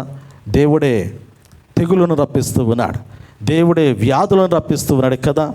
కరోనా ప్రారంభమైన దినము మొదలుకొని గమనించగలిగితే నోరునేక శరీరము వ్యాధులకు పుట్టినిల్లుగా మారిపోతూ ఉంది. వ్యాధిగ్రస్తుడు లేడీ లోకంలో చెప్పాలి అంటే, నేను ఆరోగ్యవంతుడును పరిపూర్ణమైనటువంటి ఆరోగ్యవంతునని ఏ నోరుడైనా చెప్పగలడా అంటే ధైర్యంగా ఎవడు కూడా చెప్పలేడు. ఏ రోగము లేనటువంటి దేహం ఈ భూలోకంలో లేదని నేను మాట జ్ఞాపకం చేస్తూ ఉన్నాను. బాల్య దినాల్లో ఉన్నటువంటి పిల్లల యొక్క జీవితాలు కూడా గమనించగలిగితే పుట్టుకతోనే సమస్యలతో బిడ్డలు జన్మిస్తూ ఉన్నారు. వారు ఎదుగుతున్నటువంటి సమయంలోనే అనారోగ్యంతో కూడినటువంటి సమస్యలు వారి యొక్క దేహములను వెంటాడుతూ ఉన్నాయి. పరిపూర్ణమైనటువంటి ఆరోగ్యము పుట్టుకలోనైనా ఉన్నదా అంటే పుట్టుకలో కూడా, ఒక బాల్యములో కూడా, శిశువు యొక్క దేహములో కూడా సంపూర్ణమైనటువంటి ఆరోగ్యము లేనటువంటి స్థితి కనపడుతూ ఉంది. ఎక్కడి నుంచి రావాలి ఈ ఆరోగ్యం అంటే మన ఎముకలకు కానీ, మన నరములకు కానీ, మన శరీరమునకు కానీ, మన సమస్త శరీరమునకు సంపూర్ణమైనటువంటి ఆరోగ్యమును, స్వస్థతను ఇవ్వగలిగినటువంటి వాడు కేవలము దేవుడు మాత్రమే కదా, దేవుని వాక్యమే కదా, దేవుని ఆత్మే కదా. అది లేనప్పుడు నరునేక దేహములో, అతని శరీరంలో అతడు ఆరోగ్యమును కోల్పోయినటువంటి వాడిగా కనపడుతూ ఉన్నట్లుగా దేవుని వాక్యము జ్ఞాపకం చేస్తూ ఉంది. నిజమే కదా, క్షేమాన్ని నేనే పుట్టించినటువంటి వాడను, తెగులను నేనే పంపించినటువంటి వాడను, పంట చేతికి రాకుండా చేసినటువంటి వాడు నేనే, వారి కష్టార్జితము ద్వారా వారు తృప్తి చెందకుండా చేసినటువంటి వాడు నేనే. కారణం ఏమిటి? దేవుడు ఇన్ని విషయాలు జరిగించడానికి గల కారణం ఏమిటి? ఎందుకు దేవుడు తెగులు రప్పిస్తూ ఉన్నాడు? ఎందుకు వ్యాధులు కలగ చేస్తూ ఉన్నాడు? ఎందుకు శోధనలు తీసుకొస్తూ ఉన్నాడు? ఎందుకు కష్టాల పాలు చేస్తూ ఉన్నాడు? ఎందుకు లోకములో బ్రతుకుతున్నా కానీ సంతోషంగా బ్రతకలేకపోతూ ఉన్నారు? కుటుంబాలు ఎందుకు ఆనందంగా జీవించలేనటువంటి పరిస్థితి కనపడుతుంది? కారణం ఏమిటి? కారణం ఏమిటి? కారణం ఏమిటి? ఒక్కసారి ప్రశ్న వేసుకున్నప్పుడు దేవుడు అంటాడు కదా, నా మందిరము పాడయ్యుండగా మీరు మీ గురించి ఆలోచన చేస్తూ ఉన్నారు. అదే ఇక్కడ దేవుడు మాట్లాడుతూ ఉన్నాడు. ప్రవక్త చేత మాట్లాడించినటువంటి మాట, ఈ మాటలు పలికిన తరువాత అప్పుడు ప్రజలు మరలా 14 సంవత్సరాలు అయిపోయింది. 14 సంవత్సరములు గడిచిన తర్వాత మరలా దేవుని మందిరం యొక్క పనులు వీరు ప్రారంభించారు. చూడండి, ఇక్కడ 13వ వచనంలో తెలియపరుస్తూ ఉంచాడు కదా, అప్పుడు యెహోవా దూత అయినటువంటి హగ్గయి యెహోవా తెలియచేసిన వార్తను బట్టి జనులకు ప్రకటించినదేమనగా, నేను మీకు తోడుగా ఉన్నాను, ఇదే యెహోవా యెహోవా యోధా దేశపు అధికారియకు షయల్తీయేలు కుమారుడైన జెరుబ్బాబెలు యొక్క మనస్సును ప్రధాన యాజకుడకు యెహోజాదాకు కుమారుడైన యెహోషువ మనస్సును శేషించిన జనులందరూ మనస్సును ప్రేరేపింపగా వారి కూడి వచ్చి రాజైన దర్యావేషు యొక్క ఏలుబడి యందు 2వ సంవత్సరము 6వ నెల 24వ దినమున సైన్యములకు అధిపతికి యెహోవా తమ దేవుని మందిరపు పని చేయ మొదలు పెట్టిరు అంటాడు కదా. మళ్ళీ మొదలు పెట్టారు పని. 2 సంవత్సరముల కాలంలో ఆపివేయబడింది. అందుకే ఇక్కడ అంటాడు కదా, దర్యావేషు యొక్క పరిపాలనలో 2వ సంవత్సరం 6వ నెల 24వ దినమున మరలా మందిరమును పనులు ప్రారంభించారు. ఈసారి మందిరము పనులు ప్రారంభించబడిన తర్వాత 4 సంవత్సరాల్లోనే మందిరాన్ని కట్టేశారు పిల్లారా. 4 సంవత్సరంలో ఇక వారు అన్నడు కూడా ఎనదిరగలేదు. ఒక్కసారి దేవుని మందిరం పని నిమిత్తం వారు ముందుకు వచ్చారు. ముందుకు వచ్చిన తర్వాత వారు వ్యక్తిగతమైనటువంటి పనులు పక్కన పెట్టేశారు. వారు వ్యక్తిగతమైనటువంటి ఆలోచనలు పక్కన పెట్టేశారు. అయ్యో, మా దేవుని కోపం మా మీద రగులుతూ ఉంది. అయ్యో, మేము దేవునికి వ్యతిరేకంగా నడుచుకుంటూ ఉన్నామా? దేవుని కోపం మా జీవితాల్లో, మా కుటుంబాల్లోనికి వస్తూ ఉంది. మేము సంతోషంగా ఉన్నామనుకున్నామే, మేము ఆనందంగా ఉన్నామనుకున్నామే, మేము సమస్తాన్ని కలిగి ఉన్నామనుకున్నామే, మా కుదువు లేదనుకున్నామే. అయ్యో, మేము ఎంత దేవునికి దూరం అయిపోయినటువంటి స్థితిలో ఉన్నామా? దేవుని సన్నిధిలో లేనటువంటి జీవితాల మా జీవితాలని వారు గ్రహించిన తర్వాత మరలా తిరిగి దేవుని మందిరము కొరకు వారు ప్రయాసతో ముందుకు వచ్చి మందిరము పని ప్రారంభించిన తర్వాత ఆ మందిరము ప్రియులారా క్రీస్తు పూర్వం 520లో మందిరము పని ప్రారంభించారు. 516వ సంవత్సరములోనే ఆ మందిరం యొక్క పనిని వారు ముగించినట్లుగా దేవుని యొక్క వాక్యంలో మనం చూడగలుగుతూ ఉన్నాం. చూడండి, 2వ అధ్యాయంలో ఆ మాటలు మనకు జ్ఞాపకం చేస్తూ ఉంచాడు. ఆ 3వ వచన భాగాన్ని గమనించగలిగితే, పూర్వకాలమున ఈ మందిరమునకు కలిగిన మహిమను చూచిన వారు మీలో ఉన్నారు కదా, అట్టి వారికి ఇది ఎట్టిదిగా కనపడుచున్నది, దానితో ఇది ఎందునను పోలినది కాదని తోచుచున్నది కదా. ఆయనను యెహోవా ఆజ్ఞ ఇచ్చినదేమనగా, జెరుబ్బాబెలు ధైర్యము తెచ్చుకోము, ప్రధాన యాజకుడగు యెహోజాదాగు కుమారుడువైన యెహోషువ ధైర్యము తెచ్చుకును, దేశములో ఉన్న సమస్త జనుల ధైర్యము తెచ్చుకొని పని జరిగించునంటాడు కదా. నేను మీకు తోడుగా ఉన్నాను. ఎంత గొప్ప మాట! పని మొదలు పెట్టండి అంటాడు. ఈరోజు నువ్వు దేవుని కొరకు పని చేస్తే కదా దేవుడు నీకు తోడై ఉండేది. అందరూ సొంత కార్యాలు చూసుకుంటున్నారు, కానీ దేవుని పని చేసేవాడు, చూసేవాడు, దేవుని పని జరిగించేటువంటి వాడు లేడీ లోకంలో. అందరూ సరములు వేసినటువంటి గృహాల్లో, అందమైనటువంటి గృహాల్లో నివసిస్తూ సంతోషంగా ఉండాలని కోరుకుంటూ ఉన్నారు. కానీ నేను ఇలా సంతోషంగా ఉన్నానంటే కారణం నా దేవుడు అనేటువంటి ఆలోచన పక్కన పెట్టారు. ఈరోజు సమస్తము నాకు కలిగి ఉన్నాయంటే అది నా దేవుని చేత, నా దేవుని కృప అనేటువంటి ఆలోచన పక్కన పెట్టి ఇది నా బలము, నా గొప్పతనము, నా జ్ఞానము, నా పరాక్రమం అనుకుంటూ ఉన్నారు. అటువంటి ఆలోచన ఎక్కడికి తీసుకుని వెళుతుందంటే అది మరణంలో నిలబెడుతుంది, అది వినాశనములోనికి నడిపిస్తూ ఉన్నట్లుగా మనం చూడగలుగుతూ ఉన్నాం. అందుకే ఇక్కడ అంటాడు కదా, వారు పని మొదలు పెట్టినప్పుడు దేవుడు వారికి తోడై ఉన్నాడు, దేవుడు వారిని బలపరిచాడు, దేవుడు వారిని ఆశీర్వాదకరమైనటువంటి స్థితిలో ముందుకు నడిపించాడు. ముందుకు నడిపించడం మాత్రమే కాదు, కానీ దేవుడు పలికినటువంటి మాట ఏమిటంటే, ఇదిగో నా ఆత్మ మీ మధ్యన ఉన్నది అనేటువంటి మాట జ్ఞాపకం చేస్తాడు. ఈరోజు దేవుని ఆత్మ లేనటువంటి వాడు ఆయన వాడు కాదు. దేవుని ఆత్మచేత నడిపించబడలేనటువంటి వాడు ఆయన రాజ్యమును చూడలేనటువంటి వాడు అనేటువంటి మాటను బాహుట్యంగా నేను మీకు జ్ఞాపకం చేస్తూ ఉన్నాను పిల్లలు. అందుకే దేవుడు వారికి వాగ్దానం చేశాడు కదా, మొదటి మందిరము యొక్క మహిమ కన్నా కడవరి మందిరము యొక్క మహిమ అధికంగా ఉంటుందనేటువంటి మాట జ్ఞాపకం చేస్తూ ఉన్నాడు. వారు ఆ మందిరాన్ని కడుతూ ఉన్నారు. ఆ మందిరాన్ని కట్టిన తర్వాత ఆ మందిరాన్ని ప్రతిష్ఠించేటువంటి సమయంలో దేవుని యొక్క మహిమ అంతా కూడా మందిరంలోనికి దిగి వచ్చినట్లుగా, మందిరమంతా దేవుని మహిమతో నింపబడినట్లుగా దేవుని యొక్క వాక్యంలో దేవుడు జ్ఞాపకం చేస్తూ ఉన్నాడు. ఈరోజు దేవుని మందిరము మహిమతో నింపబడాలా? ఆ మందిరము దేవుని మహిమతో నింపబడినప్పుడు ఆ మందిరములో దేవుని నామము గొప్ప చేయబడుతూ ఉంటుంది. యెషయా గ్రంథంలో జ్ఞాపకం చేస్తూ ఉంటాడు. 6వ అధ్యాయాన్ని గమనించినప్పుడు దేవుడు ఆకాశమందు ఆసీనుడైనటువంటి వాడిగా ఆయన యొక్క మహిమ దేవాలయంలోనికి ఆ దిగి వచ్చినటువంటి క్రమంలో జ్ఞాపకం చేస్తూ ఉంటాడు. సర్వలోకము ఆయన మహిమతో నింపబడి ఉన్నదని సెరూపులు, కెరూపులు గాన ప్రతిగానములతో దేవుని మందిరములో ఆసీనుడైనటువంటి దేవుణ్ణి గొప్ప చేస్తూ ఉన్నట్లుగా పరిశుద్ధ గ్రంథములో మనం చూడగలుగుతూ ఉన్నాం. యెషయా గ్రంథము 6వ అధ్యాయం అంతా కూడా 10వ వచనం వరకు మనం గమనించగలిగితే ఆ దేవుని యొక్క దూతులు మందిరములో ఆసీనుడైనటువంటి దేవుని యొక్క చొక్కాయి అంచులు ఆ దేవాలయములు నిండుకొని ఉండగా, ఆయన మహిమ నిండుకొని ఉండగా, సెరూపులు కెరూపులు నిలవబడి ఆయన స్తుతిస్తూ ఉండగా, సర్వోన్నతమైనటువంటి స్థలంలో దేవుని నామానికి మహిమ చెల్లిస్తూ ఉండగా ప్రవక్త చూస్తూ ఉన్నట్లుగా మనం చూడగలుగుతూ ఉన్నాం. ఈరోజు మహిమ చాలా ప్రాధాన్యమైనటువంటిది. దేవుని మహిమ మనల్ని సమీపింపరానటువంటి తేజస్సులో నివాసమున్నటువంటి దేవుని యొద్దకు నడిపించబడటానికి దేవుడు మనకి అనుగ్రహించినటువంటి మహిమగా నేను మీకు జ్ఞాపకం చేస్తూ ఉన్నాను పిల్లలు. ఆ సమయంలో అంటాడు కదా, ప్రవక్త అయినటువంటి యెషయా దేవాలయంలోనికి రావటానికి కూడా సాహసము చేయలేనటువంటి వాడై మందిరములో నిండుకొని ఉన్నటువంటి మహిమను చూచి పలికినటువంటి మాట, అయ్యో అపవిత్రమైనటువంటి పెదవులు గలవాడని అంటాడు కదా.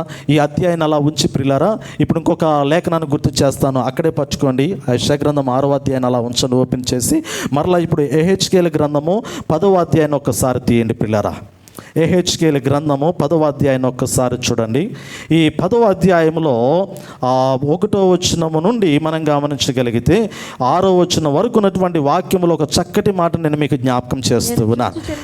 నేను చూచుచుండగా కెరూబులకు పైగానున్న ఆకాశ మండలం వంటి దానిలో నీలకాంతమయమైన సింహాసనం వంటిది ఒకటి అగుపడెను.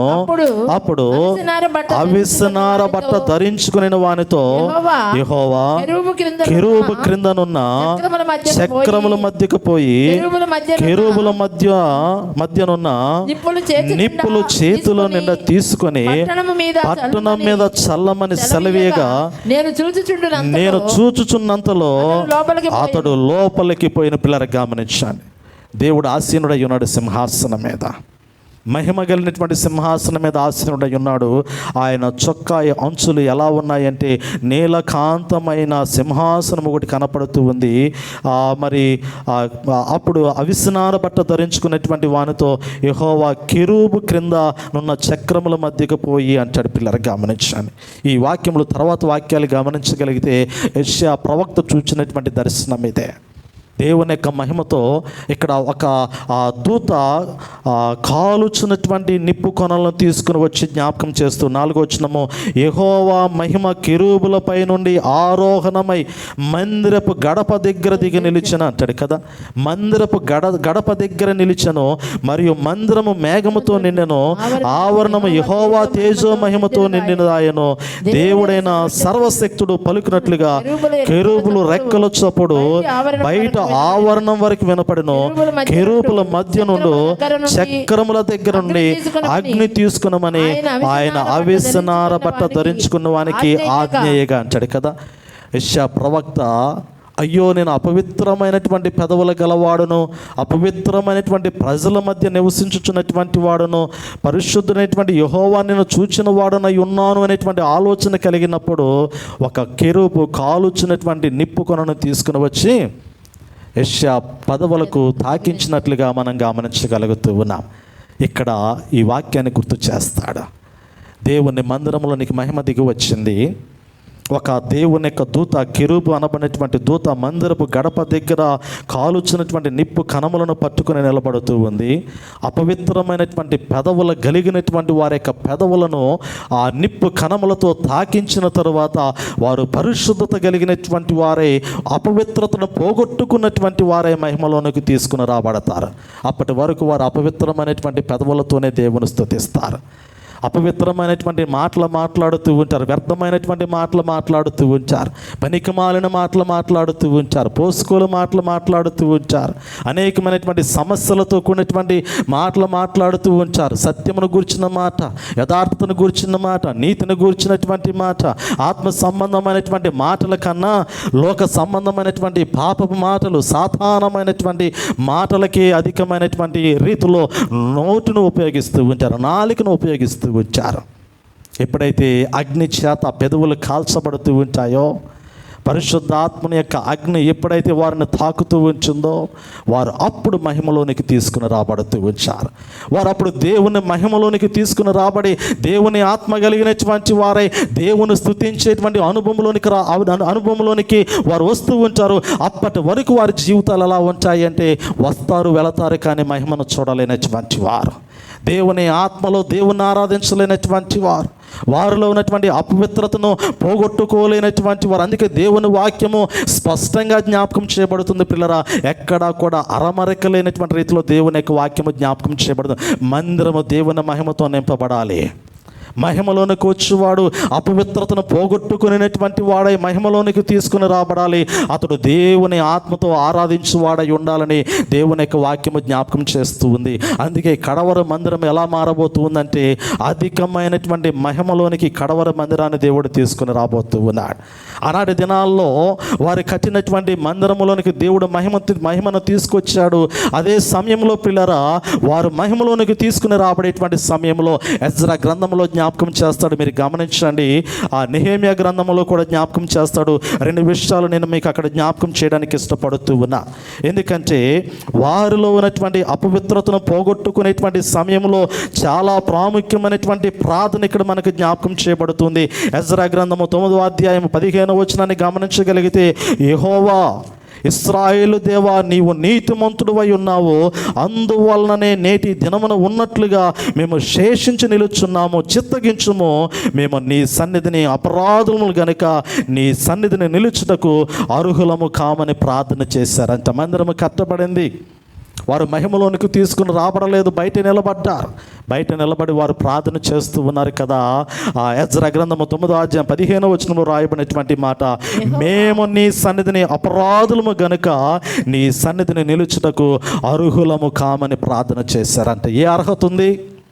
దేవుణ్ణి ఆరాధించడానికి హృదయాంతరంగంలో ఆత్మతో కూడినటువంటి ఆరాధన ఉందా? సత్యముతో కూడినటువంటి ఆరాధన ఉందా? నీతితో కూడినటువంటి జీవితం కనపడుతుందా? యథార్థమైనటువంటి భక్తి జీవితం కనపడుతూ ఉందా?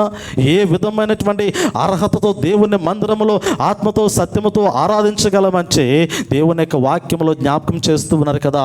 వారు పాపమును ఒప్పుకుంటూ ఉన్నారు. వారు పాపమును ఒప్పుకొని పాపమును విడిచిపెట్టడానికి మనస్సు నిలుపుకున్నారు. అందుకే ఈ వాక్య భాగంలో వారు అంటూ ఉన్నారు కదా, అయ్యా మేము నీ సన్నిధిని నిలుచుచున్నాము, మేము నీ సన్నిధిని అపరాధములు గనుక నీ సన్నిధిని నిలుచుటకు అర్హులము కాము. ఈరోజు పరిసేయుని యొక్క ప్రార్థన కనపడుతుంది, కానీ సుంకరు యొక్క ప్రార్థన కనపడలేదు. పరిసేయుడు తన జీవితాన్ని హెచ్చించుకున్నాడు. పరిసేయుడు తన జీవితాన్ని గొప్ప చేసుకున్నాడు. తనకు పండినటువంటి పంటను జ్ఞాపకం చేస్తూ 10వ భాగాన్ని తీసుకొచ్చి నువ్వు నాకు ఇచ్చావు, నేను నీకు ఇచ్చాను అంటూ ఉన్నాడు. నువ్వు నాకు ఇచ్చావు, నేను నీకు ఇచ్చాను అంటూ ఉన్నాడు. కానీ తన మనస్సును మార్చుకోవట్లేదు, తన హృదయాన్ని మార్చుకోవట్లేదు, తన జీవితాన్ని మార్చుకోవట్లేదు. లోకములో ఉన్నదంతా కూడా దేవుని వల్ల నాకు కలిగిందంటూ ఉన్నాడు. కానీ తనకు కలిగిన దానిలో కొంత దేవునికి ఇస్తూ ఉన్నాడు. కానీ తన జీవితాన్ని దేవునికి ఇవ్వడానికి ఇష్టపడలేదు, తన మనస్సును దేవునికి ఇవ్వడానికి ఇష్టపడలేదు, ఆత్మతో సత్యముతో ఆరాధించడానికి ఇష్టపడలేదు, తన సమయాన్ని దేవుని కొరకు వెచ్చించడానికి ఇష్టపడలేదు. అటువంటి వాడు దేవుని మహిమలో ఎలా నిలబడగలుగుతూ ఉంచాడు? దేవుడు నీకు ఇచ్చిన దాన్ని తిరిగి దేవునికి ఇస్తే దేవుడు సంతోషపడతాడా? దేవుడు నిన్ను ఆశీర్వదించిన కొలది దేవునికి నువ్వు తిరిగి మరలా దేవునికి ఇస్తే దేవుడు దాన్ని బట్టి ఆనందిస్తూ ఉంచాడా? సంతోషపడుతూ ఉంచాడా? ఇదిగో నా కుమారుడు నేను ఇచ్చిన దానిలో తిరిగి మరలా నాకు ఇచ్చాడని ఆయన ఏమైనా గొప్పగా చంకలు గొచ్చుకుంటాడా? లేదే. ఆత్మతో సత్యముతో ఆరాధించేటువంటి హృదయం కదా దేవునికి కావాల్సింది. అందుకే అంటాడు కదా యోవేలు గ్రంథంలో, ఉపవాసముని ఆయన యొద్దకు రమ్మంటాడు, వస్త్రాలు చింపుకొని కాక మీ హృదయాలు చింపుకొని ఆయన తట్టు తిరగమంచాడు. ఈరోజు నటించేటువంటి జీవితం కాదు దేవునికి కావాల్సింది, వేషధారణతో కూడినటువంటి జీవితం కాదు దేవునికి కావాల్సింది. యథార్థమైనటువంటి జీవితము, హృదయాలు చింపుకొని ఆయన తట్టు తిరిగి ఆత్మతో సత్యముతో ఆరాధించి ఆయన మహిమలో నిలబడి పరలోకములో నిలబడగలిగేటువంటి జీవితం కావాలని ఆయన మహిమలో నువ్వు నిలబడాలి. పరలోకములో ఆయన సింహాసనం ఎదుట నీ ఉండాలనేది దేవుని యొక్క ఉద్దేశము, అది దేవుని యొక్క తలంపు, అది దేవుని యొక్క చిత్తము, అది దేవుని యొక్క ఆలోచన ఉన్నట్లుగా పరిశుద్ధ గ్రంథములో దేవుడు జ్ఞాపకం చేస్తూ ఉన్నాడు. పిల్లలు నిజమే కదా. ఈ ప్రపంచ ప్రార్థనా దినోత్సవం అందు, ఈ పెంతెకోస్తు పండుగ దినమందు, 30వ సంఘ ఆవిర్భావ దినమందు జ్ఞాపకం చేస్తున్నటువంటి మాట ఏమిటంటే, ఇదిగో ప్రభు పిలుస్తూ ఉన్నాడు ఆయన మహిమలో నిలబడమని.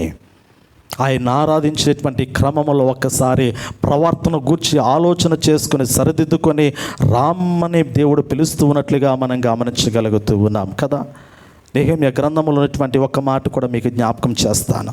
నెహెమ్యా గ్రంథంలో మనం గమనించగలిగితే జ్ఞాపకం చేయబడినటువంటి మాటల్లో వారిలో ఉన్నటువంటి అవిధేయతను కూడా ఇక్కడ జ్ఞాపకం చేస్తూ ఉంచాడు. 9వ అధ్యాయంలో రాయబడినటువంటి మాట 2వ వచన భాగంలో, నెహెమ్యా గ్రంథము, ఇశ్రాయేలు అన్ని జనులందరిలో నుండి ప్రత్యేకింపబడిన వారై నిలవబడి తమ పాపములను తమ పితరుల పాపములను ఒప్పుకొనిరి అంటాడు కదా.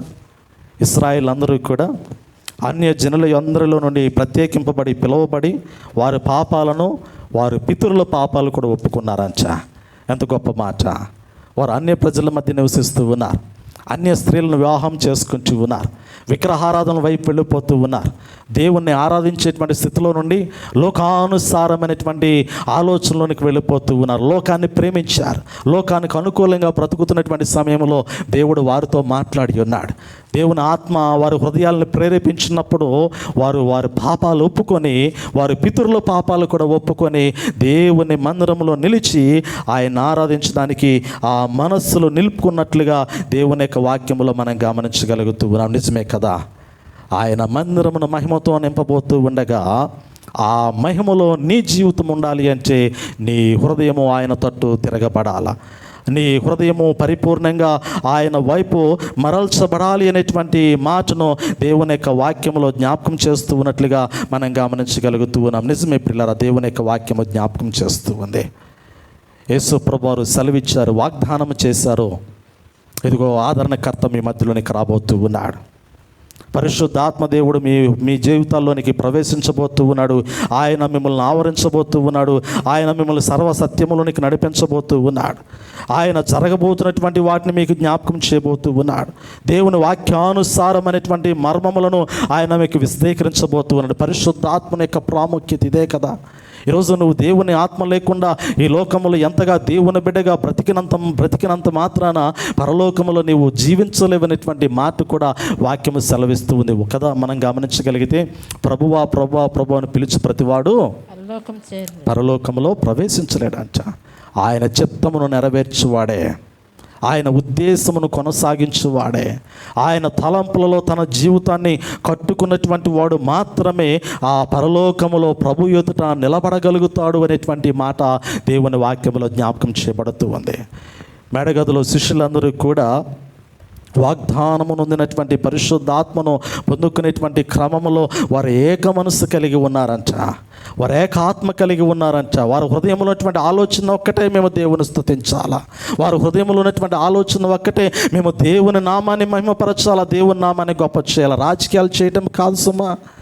మేడగదిలో కూర్చున్నటువంటి 120 మంది శిష్యులు కానీ, స్త్రీలు కానీ, యవ్వనులు కానీ, పురుషులు కానీ వారు ఎందుకు ఆ మేడగదిలో కూర్చున్నారు అంటే 10 దినముల వరకు వారు ఏక మనస్సు కలిగినటువంటి వారే ప్రార్థన చేశారు. యేసు ప్రభువారు 40వ దినమున వారు కొండ మీద నుండి ఆరోహణమై ఆయన వెళ్ళిపోయిన తరువాత వారు యెరూషలేము పట్టణంలోనికి వెళ్ళారు.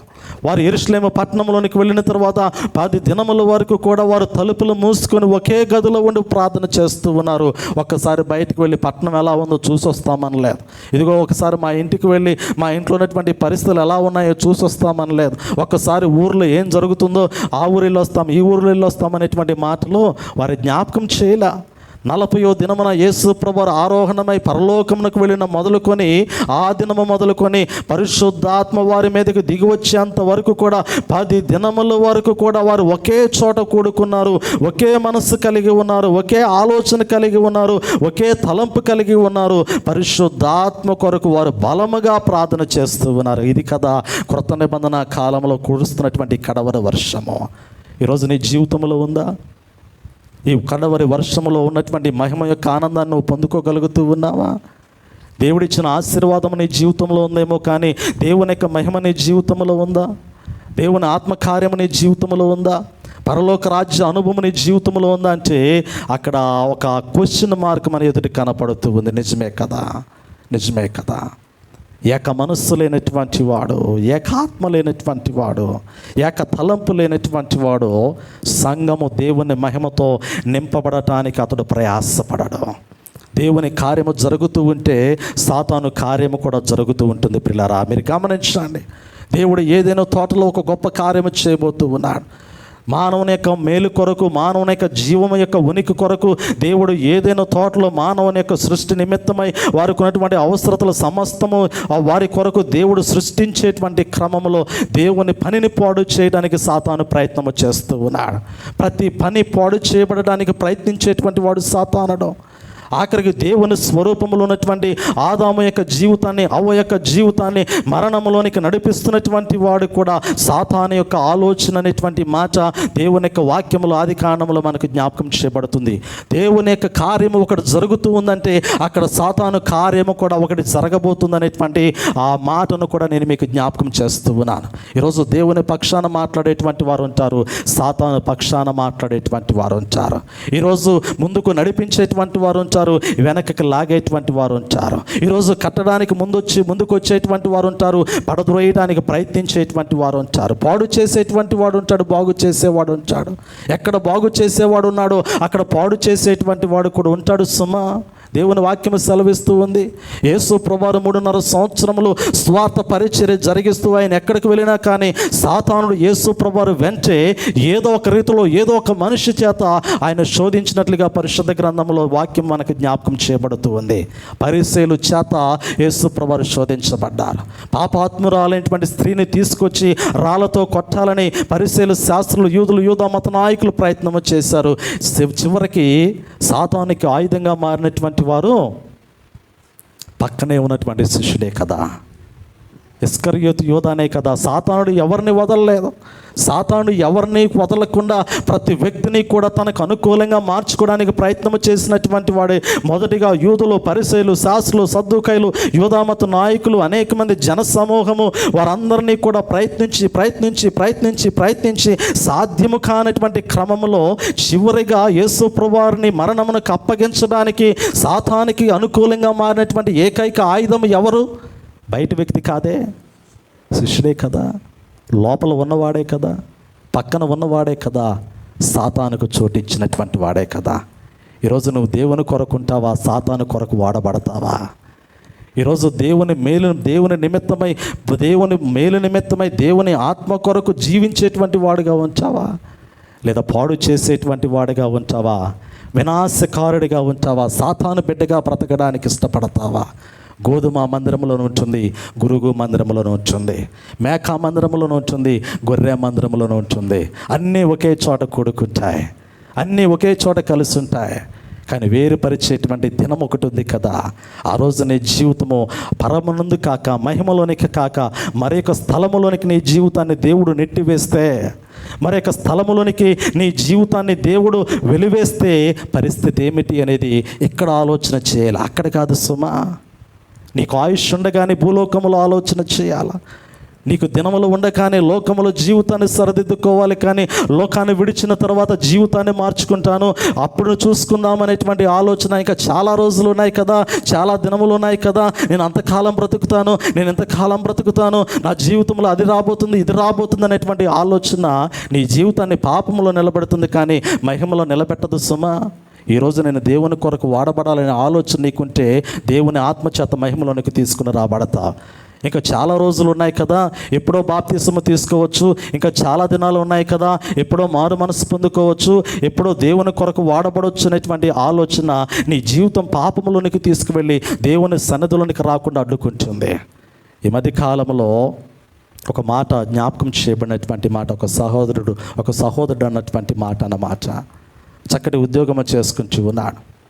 అతడు ఉద్యోగము చేసుకుంటూ దేవుని మందిరంలోకి వెళుతూ అతనికి కూడా ఆసక్తి ఉంది, ఇతరులకు స్వార్థ ప్రకటించాలనేటువంటి ఆలోచన.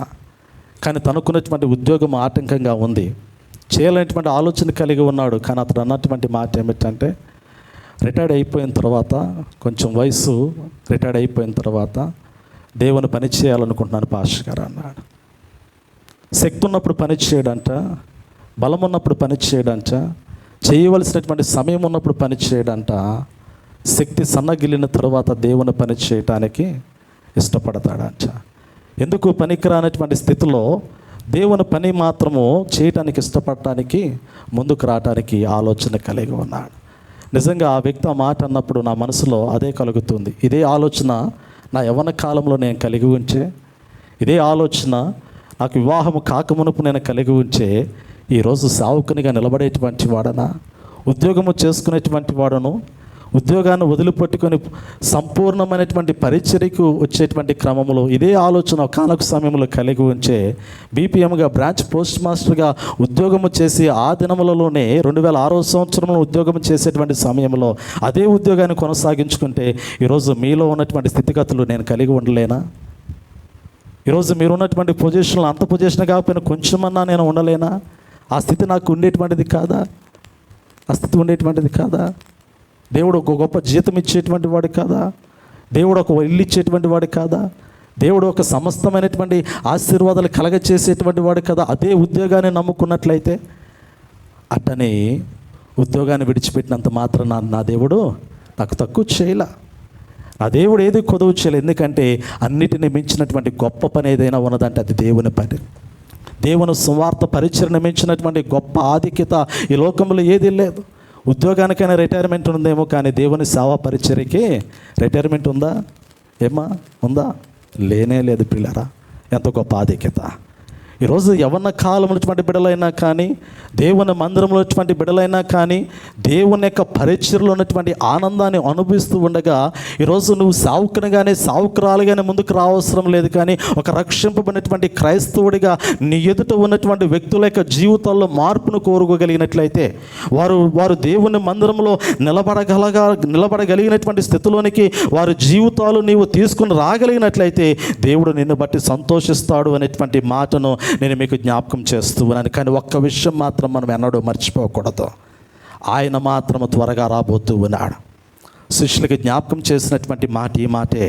మత్తయి సువార్త 24వ అధ్యాయము 30వ వచనంలో ఉన్నటువంటి ఒక వాక్య భాగాన్ని మనం చదువుకుందాం. పిల్లలు గమనించండి ఒక్కసారి. మత్తయి సువార్త 24వ అధ్యాయము, మత్తయి సువార్త 24వ అధ్యాయము 30వ వచన భాగాన్ని గమనించగలిగితే, అప్పుడు మనుష్య కుమారుని సూచన ఆకాశమందు కనపడును. అప్పుడు మనుష్య కుమారుడు ప్రభావముతోను మహామహిమతోను ఆకాశ మేఘారుడై వచ్చుట చూచి భూమి మీదనున్న సకల గోత్రముల వారు రొమ్ము కొట్టుకొని పిల్లలకు జ్ఞాపకం చేయబడుతుంది. ఆయన రాబోతూ ఉన్నాడు. ఆయన ఎలా భూలోకం నుండి ఆరోహణమై వెళ్ళాడో, మేఘారుడై వెళ్ళాడో, ఆయన మరలా తిరిగి రాబోతూ ఉన్నాడు. రాబోతున్నటువంటి మాటని ఇక్కడ జ్ఞాపకం చేస్తూ, ఇదిగో మనుష్య కుమారుని యొక్క సూచన జ్ఞాపకం చేస్తూ ఉన్నాడు. మనుష్య కుమారుడు ప్రభావముతోను మహామహిమతోను ఆకాశ మేఘారుడై వచ్చుట చూచి భూమి మీద ఉన్న సకల గోత్రముల వారు రొమ్ము కొట్టుకుంటారంట. నువ్వు ఎప్పుడు ఎత్తపడతావో తెలియదు, నీ ప్రాణము లోకమును ఎప్పుడు విడుస్తుందో తెలియదు, కానీ ఆయన మాత్రము రాబోతున్నాడు అనేటువంటి మాట జ్ఞాపకం చేస్తూ ఉన్నాడు. ఆయన రాబోతున్నటువంటి సమయంలో నీ జీవితము మార్పు చెందకపోయినట్లయితే, నీ మనసు మారకపోయినట్లయితే, నీ ఆలోచనలు మారకపోయినట్లయితే, నీ ఉద్దేశము మారకపోయినట్లయితే, నీవు ఆయన యొక్క మార్గములో నీ జీవితాన్ని నడిపించుకోకపోయినట్లయితే, ఇదిగో రొమ్ము కొట్టుకొని ఏడ్చేటువంటి దినములు రాబోతూ ఉన్నాయి. వేదనతో ధనవంతుడు నరకముల నుండి కేకలు వేసేటువంటి దినములు రాబోతూ ఉన్నాయి. అగ్నిలో మండిపోతున్నటువంటి దేహము కలిగినటువంటి వారిగా వేదన పడబోతున్నటువంటి దినములు రాబోతూ ఉన్నాయి. లాజరేమో నెమ్మదిగా అబ్రహాము రొమ్మున ఆనుకున్నాడు. ధనవంతుడేమో నరకములు వేదన పడుతూ ఉన్నాడు. ఈ అగ్ని నేను తట్టుకోలేకపోతూ ఉన్నాను. భూలోకములో సంతోషంగా బ్రతికానేమో, కానీ నరకం ఎంత భయంకరంగా ఉంటుందా? అగ్ని చేత మానవుని యొక్క దేహం ఎంతగా కాల్చబడుతూ ఉంటుందా? అగ్ని మాత్రం ఆరట్లేదు, పురుగు మాత్రము చావట్లేదు, కానీ నరకములో ఉన్నటువంటి శిక్షలు మాత్రము రకరకాలుగా అనుదినము అనుక్షణము కూడా మానవుని యొక్క దేహాన్ని వేదనకి గురి చేస్తూ ఉన్నట్లుగా మనం చూడగలుగుతూ ఉన్నాం. ఆ నరకాన్ని నుండి తప్పించుకోవడానికే కదా ఈ ప్రయాస. ఆ నరకంలోనికి వెళ్లకుండా ఉండటానికే కదా మహిమలోనికి తీసుకుని రాబడాలి, ఆత్మలో నడిపించబడాలి అనేటువంటి తపనతో దేవుడు తన స్వరాన్ని లోకములో వినిపిస్తూ ఉన్నట్లుగా మనం చూడగలుగుతూ ఉన్నాం. నిజమే కదా? సమీపింపరాని తేజస్సునందు వసించు అమరుండవే, శ్రీమంతుడవే, సర్వాధిపతివే, నీ సర్వం నాకిచ్చితివే. సమీపింపరాని తేజస్సునందు వసించు అమరుండవే, శ్రీమంతుడవే సర్వాధిపతివే, నీ సర్వం నాకిచ్చితివే. కదా ఎంత గొప్ప పాట. నీ సర్వము నాకిచ్చితివే అంటాడు. సమీపింపరానటువంటి తేజస్సులో నివాసం ఉన్నటువంటి ఆయన, శ్రీమంతుడైనటువంటి ఆయన, సర్వాధిపతి అయినటువంటి ఆయన, ఈరోజు నీ జీవితం నా జీవితం అలా ఉండాలని కోరుకున్నప్పుడు ఎందుకు లోకములో ఇంకా ఈ పాపపు జీవితము? ఎందుకు లోకములో ఈ యొక్క వేదనతో కూడినటువంటి జీవితము? ఎందుకు లోకములో అసూయలు, ద్వేషములు, కలహములు, మత్సరములతో కూడినటువంటి జీవితము? ఇంకెంతకాలం ఈ పాపపు జీవంతో కూడినటువంటి ఆలోచన? అందుకంటాడు కదా, ఆరాధనా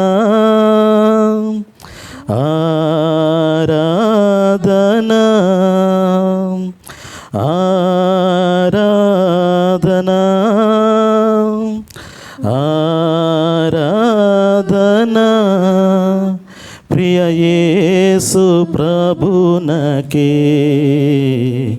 నా యేసు ప్రభునకే, ప్రియ యేసు ప్రభునకే, నా యేసు. పాడదామా గట్టిగా ఒకసారి. మహిమ నీకే ప్రభు, అందరికి వచ్చినటువంటి పాటే. ఘనత నీకే ప్రభు, మహిమ నీకే ప్రభు, స్తుతి మహిమ ఘనతయు ప్రభావము నీకే ప్రభు, స్తుతి మహిమ ఘనతయు ప్రభావము నీకే ప్రభు. ఆరాధనా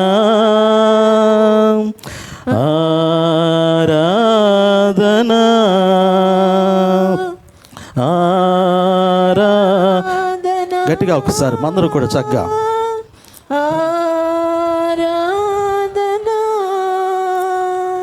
ప్రియ యేసు ప్రభునకే, నా యేసు ప్రభునకే. ఆశ్చర్యమైన నీ వెలుగులోనికి, ఆశ్చర్యమైన నీ వెలుగులోనికి నన్ను పిలిచి వెలిగించితివే, నీ గుణాతిశయములు ధరను పూరింప ఏర్పరచుకొంటివే. ఆశ్చర్యమైన నీ వెలుగులోనికి నన్ను పిలిచి వెలిగించితివే, నీ గుణాతిశయములు ధరనే ప్రచురింప ఏర్పరచుకొంటివే.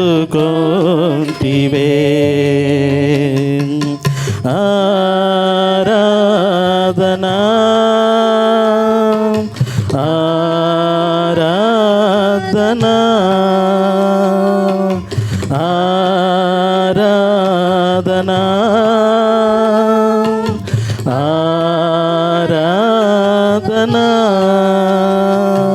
ప్రియ యేసు ప్రభునకే,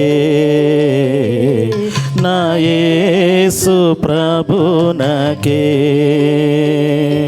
ప్రియ యేసు ప్రభునకే, నా యేసు ప్రభునకే. మహిమ నీకే ప్రభు, ఘనత నీకే ప్రభు, మహిమ నీకే ప్రభు. ఎంత చక్కటి పాట. ఆశ్చర్యకరమైనటువంటి వెలుగులోనికి పిలిచినటువంటి వాని యొక్క గుణాతిశయములను ప్రచురము చేయటానికి పిలువబడినటువంటి వారము.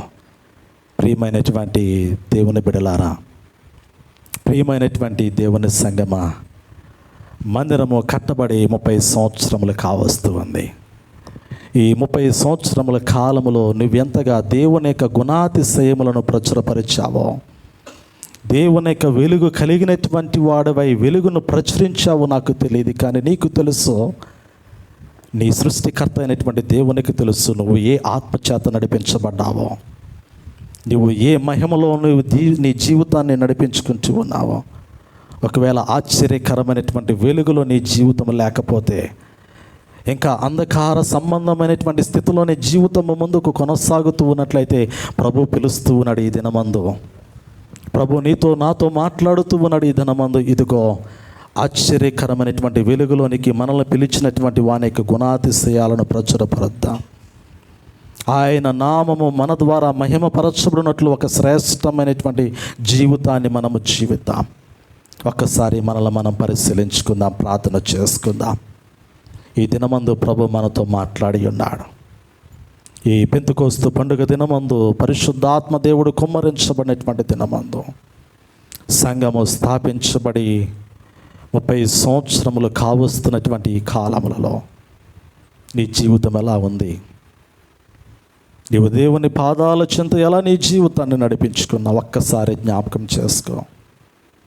ప్రభు నిన్ను దీవించాడు కదా, ప్రభు నిన్ను ఆశీర్వదించాడు కదా, ప్రభు నిన్ను బలపరిచాడు కదా, ప్రభు ఒక ఉన్నతమైనటువంటి స్థితిగతులు నీ జీవితంలో నీకు అనుగ్రహించాడు కదా. నీ కుటుంబంలో చేయబడినటువంటి మేలులు ఒక్కసారి జ్ఞాపకం చేసుకో.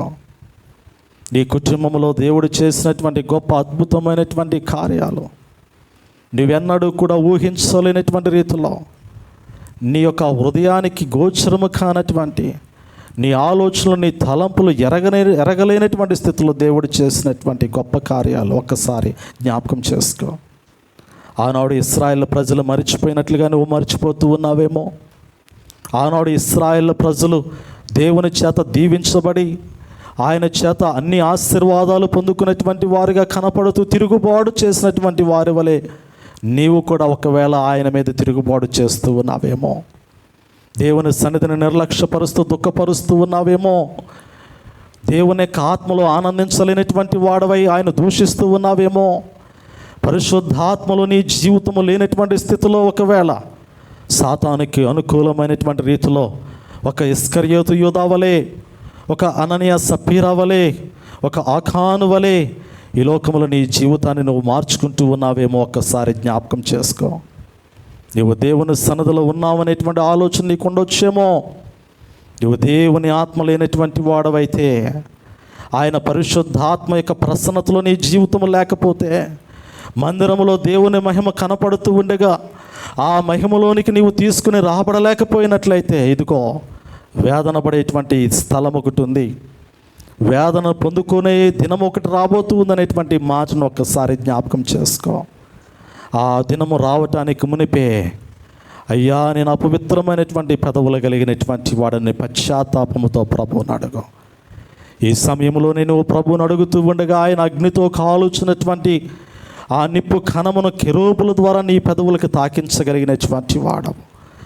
నీవు హృదయాంతరంగంలో నేను అపరాధినటువంటి మాట, నేను పాపములో పుట్టినటువంటి వాడను, పాపములో పెరిగినటువంటి వాడను, పాపము నన్ను వెంటాడుతూ ఉంది, ఈ పాపాన్ని నేను విడిచిపెట్టలేకపోతూ ఉన్నాను, ఈ పాప మాలిన్యము నా జీవితాన్ని అంతటినీ కూడా మరణములోనికి తీసుకుని వెళ్ళిపోతుందనేటువంటి పశ్చాత్తాపంతో ఒకవేళ నువ్వు ప్రార్థించగలిగినట్లయితే, నీ పాపములు ఆయన తట్టు తిరిగి నువ్వు ఒప్పుకోగలిగినట్లయితే, ఇదిగో రాబోతున్నటువంటి దినాల్లో దేవుడు నీకు నీ జీవితాన్ని తనకు మహిమకరంగా నిలబెట్టుకోగలడు. వాడబడటానికి నువ్వు సిద్ధంగా ఉన్నావా? దేవుని చేతిలో ఒక పనిముట్టుగా నువ్వు నిలబడగలుగుతావా? లోకములో నాకు సమస్తము ఉన్నాయి కదా, దేవునితో నాకు పనేమిటి? దేవుని మందిరముతో నాకు పనేమిటి? దేవుణ్ణి ఆరాధించవలసినటువంటి అవసరత నాకేమిటి? ఆయన వాక్యమునకు లోబడవలసినటువంటి అవసరత నాకు లేదని తిరుగుబాటు చేసేటువంటి స్థితిలో నువ్వు ఉంటావా? ఒక్కసారి ఆలోచన చేయి. నువ్వు తిరుగుబాటు చేస్తే మరణాన్ని చూస్తావు. విధేయత కలిగినటువంటి వాడివై లోబడినట్లయితే జీవాన్ని చూస్తావు. ఈరోజు జీవము కావాలా? మరణకరమైనటువంటి స్థితిలో జీవితము నిలబెట్టుకుంటావా?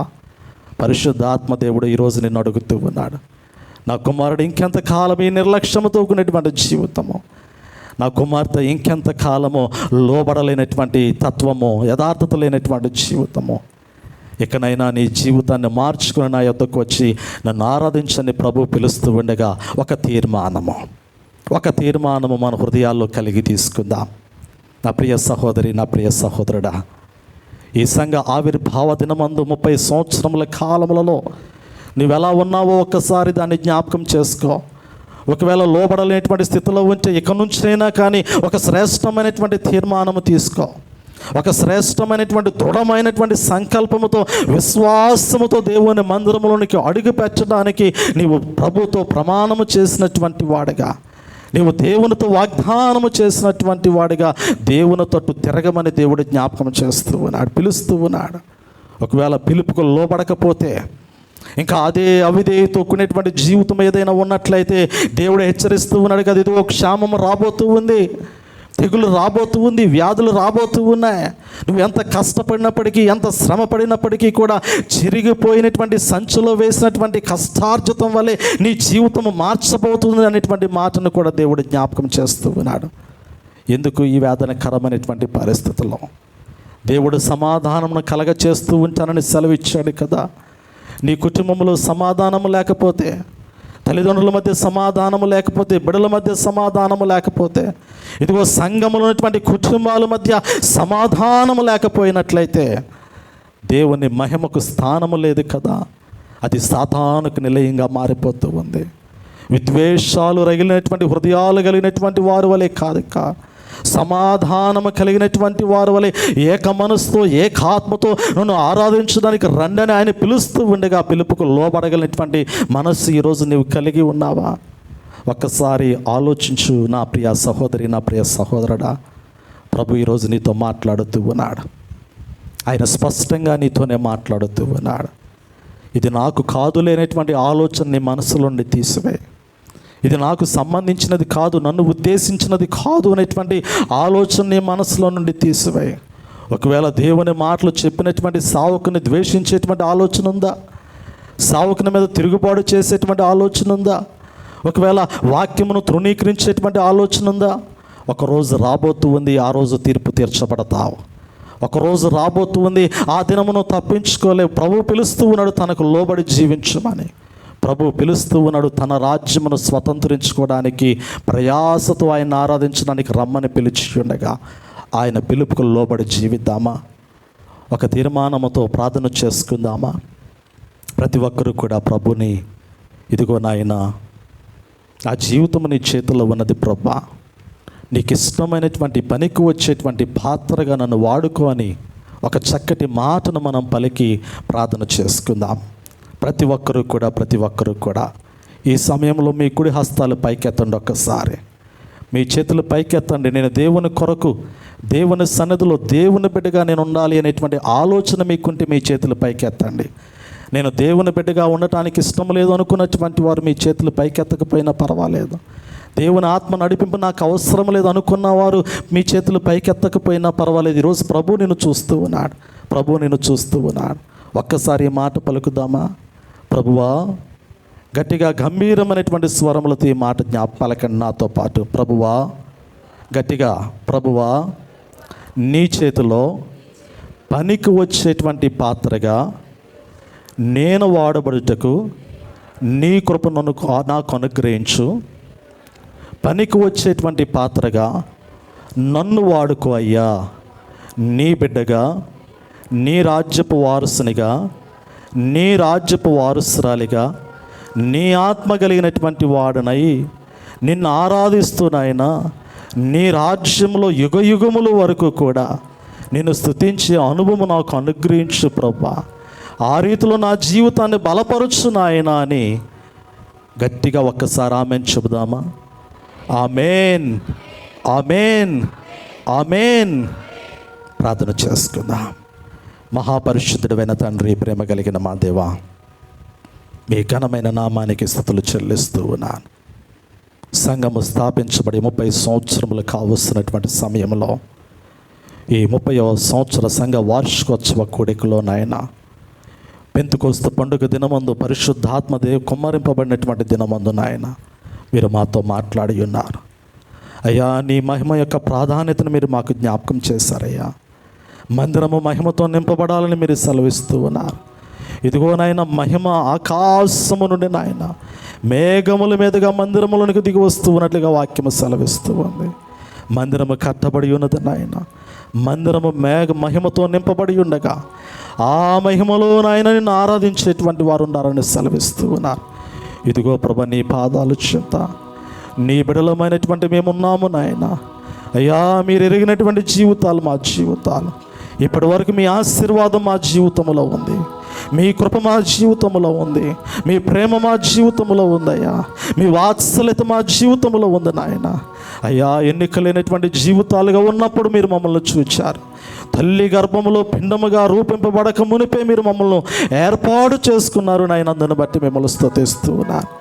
లోకములో ఉన్నటువంటి ఆశలు, లోకములో ఉన్నటువంటి ఆలోచనలు, లోకములో ఉన్నటువంటి తలంపులు నాయన ఒకవేళ మా జీవితాన్ని పాపం వైపు నడిపిస్తూ ఉన్నాయేమో, దానిని మేము గ్రహించలేనటువంటి స్థితిలో ఉన్నామేమో, దాన్ని మేము ఆలోచన కలిగి విడిచిపెట్టలేనటువంటి స్థితిలో ఉన్నామేమో. ఒక్కసారి నీవు మమ్మల్ని జ్ఞాపకం చేసుకోయ్యా. ఆనాడు దావీదు యొక్క హృదయాన్ని కడిగినటువంటి గొప్ప దేవుడు నాయన. ఆది అపోస్తల కాలంలో పరిశుద్ధాత్మతో నాయన హృదయాలను నింపినటువంటి గొప్ప దేవుడు ప్రభా. ఒక్కసారి మా హృదయాలను కడుగు నాయన. మీ ఆత్మతో మమ్మల్ని నింపండి ప్రభా. మీ ఆత్మ చేత బలమైనటువంటి సాధనములుగా, పనిముట్లుగా వెలిగింపబడినటువంటి దీపముల వలె నాయన దీపపు స్తంభముల మీద ఉంచబడి అనేక మందికి వెలిగించేటువంటి వారుగా ఉండినట్లు కృపను అనుగ్రహించండి అయ్యా. సంఘాన్ని మహిమతో నింపండి ప్రభా.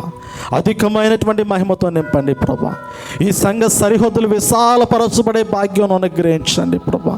మీ చిత్తము ఏమై ఉన్నదో, మీ తలంపు ఏమై ఉన్నదో, మీ ప్రణాళిక ఏమై ఉన్నదో, మీ ఉద్దేశం ఏమై ఉన్నదో నాయన ఒక్కసారి జ్ఞాపకం చేసుకోండి ప్రభా.